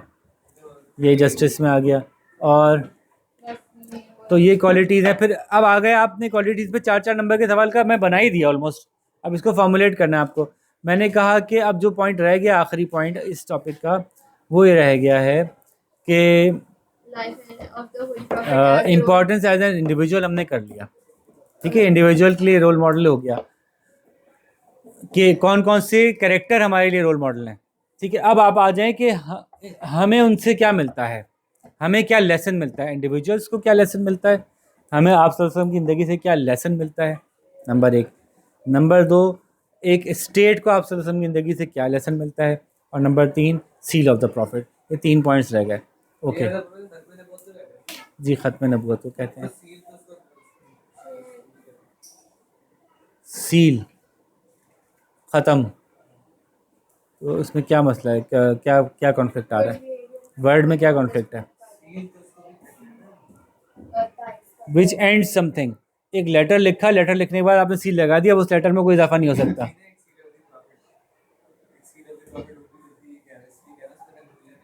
नहीं, सील ऑफ प्रॉफिटहुड। आप सल्लल्लाहु अलैहि वसल्लम तमाम अंबिया की ख़त्म थे। ठीक है, अच्छा जी। तो अब आप सल्लल्लाहु अलैहि वसल्लम ने एक फ़र्द के लिए क्या क्या हमारी ज़िंदगी के लिए मिसाल हैं। ठीक है, हमें कैसा होना चाहिए? सबसे पहले हमारा ईमान कैसा होना चाहिए, ईमान अल्लाह पे कैसा होना चाहिए, ईमान कितना मत, ये मैं आपको पॉइंट्स लिखवा रहा हूँ। जब आप सल्लल्लाहु अलैहि वसल्लम के ऊपर 10 नंबर का सवाल ऐसा है ना कि एक आम इंसान को उनसे क्या क्या लेना चाहिए, तो उसमें ईमान आएगा सबसे पहले। ठीक है, फिर क्या आएगा? फिर इबादत का तरीका आएगा कि किस तरह की इबादत करते थे। ये आपकी बुक में नहीं होगा, ये आपको वहाँ से नहीं मिलेगा। फिर आपको क्या लेना चाहिए इबादत के तरीके के बाद? अल्लाह से ईमान है तो ईमान से अल्लाह का ताल्लुक़ बना है, अल्लाह का ताल्लुक़ इबादत में निकल आया। तो आप सल्लल्लाहु अलैहि वसल्लम कैसी बात करते थे? रात भर खड़े रहते थे, तहज्जुद गुज़ार थे। ठीक है, नफिल की कितनी अदायगी करते थे, नफली रोज़े कितने रखते थे, ये सारी इबादतें हमें एग्जाम्पल में मिल गई। फ़राइज़ की कैसी जिम्मेदारी थी। फिर आप आ गए मामलात।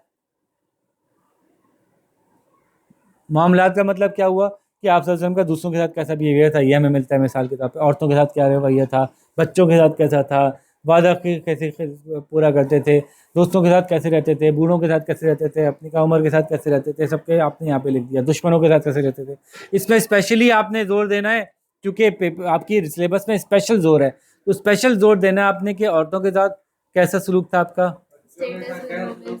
ठीक है, आपका सलूक चिल्ड्रन के साथ कैसा था, और आपका सलूक दुश्मन से कैसा था, नॉन-मुस्लिम्स के साथ कैसा था, जानवरों के साथ कैसा और था। जानवरों से कैसा था। ठीक है, तो ये आपके केस में, आपके कोर्स में स्पेशली इस पे सवाल बना हुआ है, तो इसकी मिसालें आप अलग से और निकाल लें ख़वातीन की, कि ख़वातीन से क्या ट्रीटमेंट थी। आप अपनी बेगमात घर के काम खुद कर लिया करते थे, ठीक है, आपने ख़वातीन पे हाथ उठाने से पाबंदी लगाई कि कोई किसी को बिला वजह टॉर्चर ना करे, तकलीफ़ ना दे। अपने मरते मरते तक आप सल्लल्लाहु अलैहि वसल्लम ने आखिरी आखिरी जो हुक्म दिया वो ये दिया कि ख़वातीन के हकूक़ से बच के रहना, वरना तुम्हारा नाम अच्छा नहीं होगा।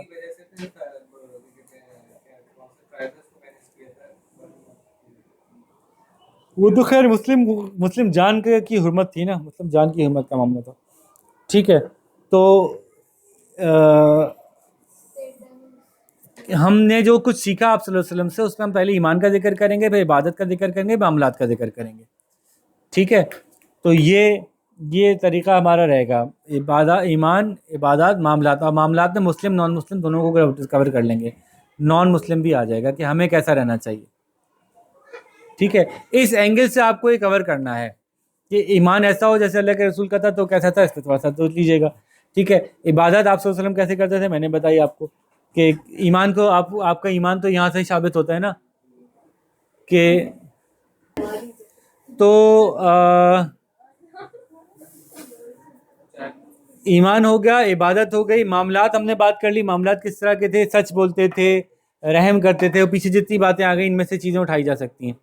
ठीक है, किस तरह का बिहेवियर था ख़ास तौर पे, लेकिन तज़किरा में हम ख़वातीन, बच्चों, दुश्मनों और नॉन मुस्लिम्स की बात करेंगे कि उनके साथ कैसा बिहेवियर था। उसकी मिसालें सारी मौजूद ही हैं हमारे पास। ठीक है, और जैसे उनकी बेटी आई तो खड़े हो गया, चादर बिछा दी अपनी, है ना, इस तरह की बहुत सारी मिसालें ख़वातीन के लिए मौजूद हैं। बच्चों को हज़रत हसन हुसैन को कंधे पे बिठाए रखते थे, बच्चों के साथ कैसा मामला करते थे। एक औरत का बच्चा रो रहा था नमाज के दौरान, नमाज छुट्टी कर दी आप सल्लल्लाहु अलैहि वसल्लम ने। ठीक है, इस तरह की बहुत सारी मिसालें, और ये मिसालें बुक में भी लिखी हुई हैं। लेकिन मैं आपसे कह रहा हूँ कि मुझे रिक्वायर्ड है, मुझे करके देना है अपने काम, कि इन हर टॉपिक पे 4-4 नंबर का काम जवाब तैयार करके देना है। 4-4 का मतलब दो पॉइंट्स एग्जाम्पल्स के साथ लिस्ट बना दी मैंने, या वीडियो मौजूद है, आप देख लीजिएगा इस वीडियो। ठीक है, तो ये हो गया पॉइंट, क्योंकि life of the holy profit लंबी भी है, तो 2 घंटे की होनी ही थी लॉजिकली। ठीक है, अच्छा, तो फिर नेक्स्ट पॉइंट है लास्ट कि आप सल्लल्लाहु अलैहि वसल्लम was a seal of the profit. ये हमारा आखिरी पॉइंट है। अच्छा, ये पॉइंट इसलिए है कि मुस्लिम इसको बहुत ज़्यादा कंटेस्ट करते हैं। अल्हम्दुलिल्लाह मुस्लिम इस बात पे इसलिए बात करते हैं क्योंकि बार बार ऐसा हुआ है, अबू बकर ज़माने से लेके आज तक ऐसा होता रहता है कि लोग कहें कि हम प्रॉफिट हैं, हम प्रॉफिट हैं, उस चक्कर में मुस्लिम इसको बहुत डिलीजेंटली सेफगार्ड करने की कोशिश करते हैं। जी, खातिमुन नबीयीन का मतलब क्या होता है कि वो प्रॉफिट के इसके बाद कोई दूसरा प्रॉफिट एज अ प्रॉफिट नहीं आएगा।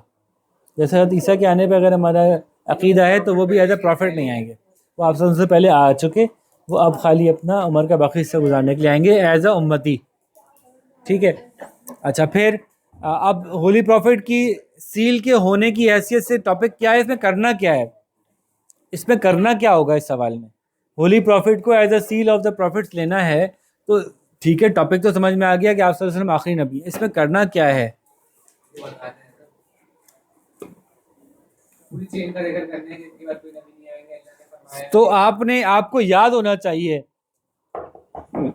आपको याद होना चाहिए आयत का रेफरेंस, कि इसमें क्या आयत का रेफरेंस है messenger of Allah and the seal of prophet. कि नबी करीम सल्लल्लाहु अलैहि वसल्लम मैसेंजर ऑफ अल्लाह और सील ऑफ प्रॉफिट है। आयत का नंबर क्या था, 33 सूरत और 40 आयत। ठीक है, सूरत 33 आयत नंबर 40, इसका रेफरेंस आपको याद होना चाहिए, ये लाजमी पता होना चाहिए आपको। ठीक है,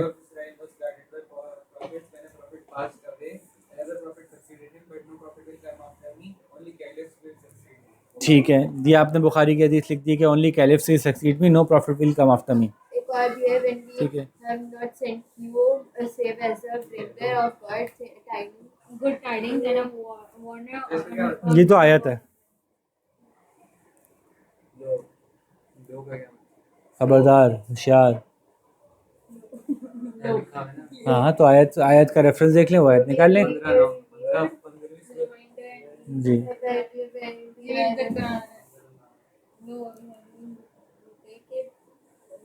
ठीक है।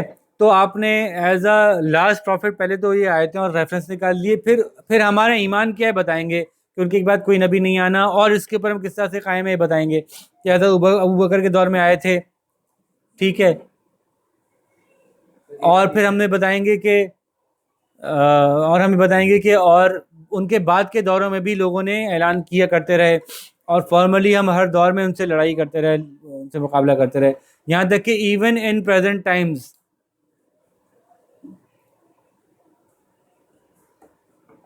जो है वो लोग जो है वो क्लेम करते हैं कि वो प्रॉफिट हैं, और उनको हम प्रॉफिट एक्सेप्ट नहीं करते, और उनको हम इस्लाम का जो भी उनको फॉलो करता है उसको मुसलमान नहीं मानते। इतना तो नहीं लोगों का मतलब। ठीक है, आयत है, ये जो मैं पूछ रहा था। टॉपिक क्या रह गया?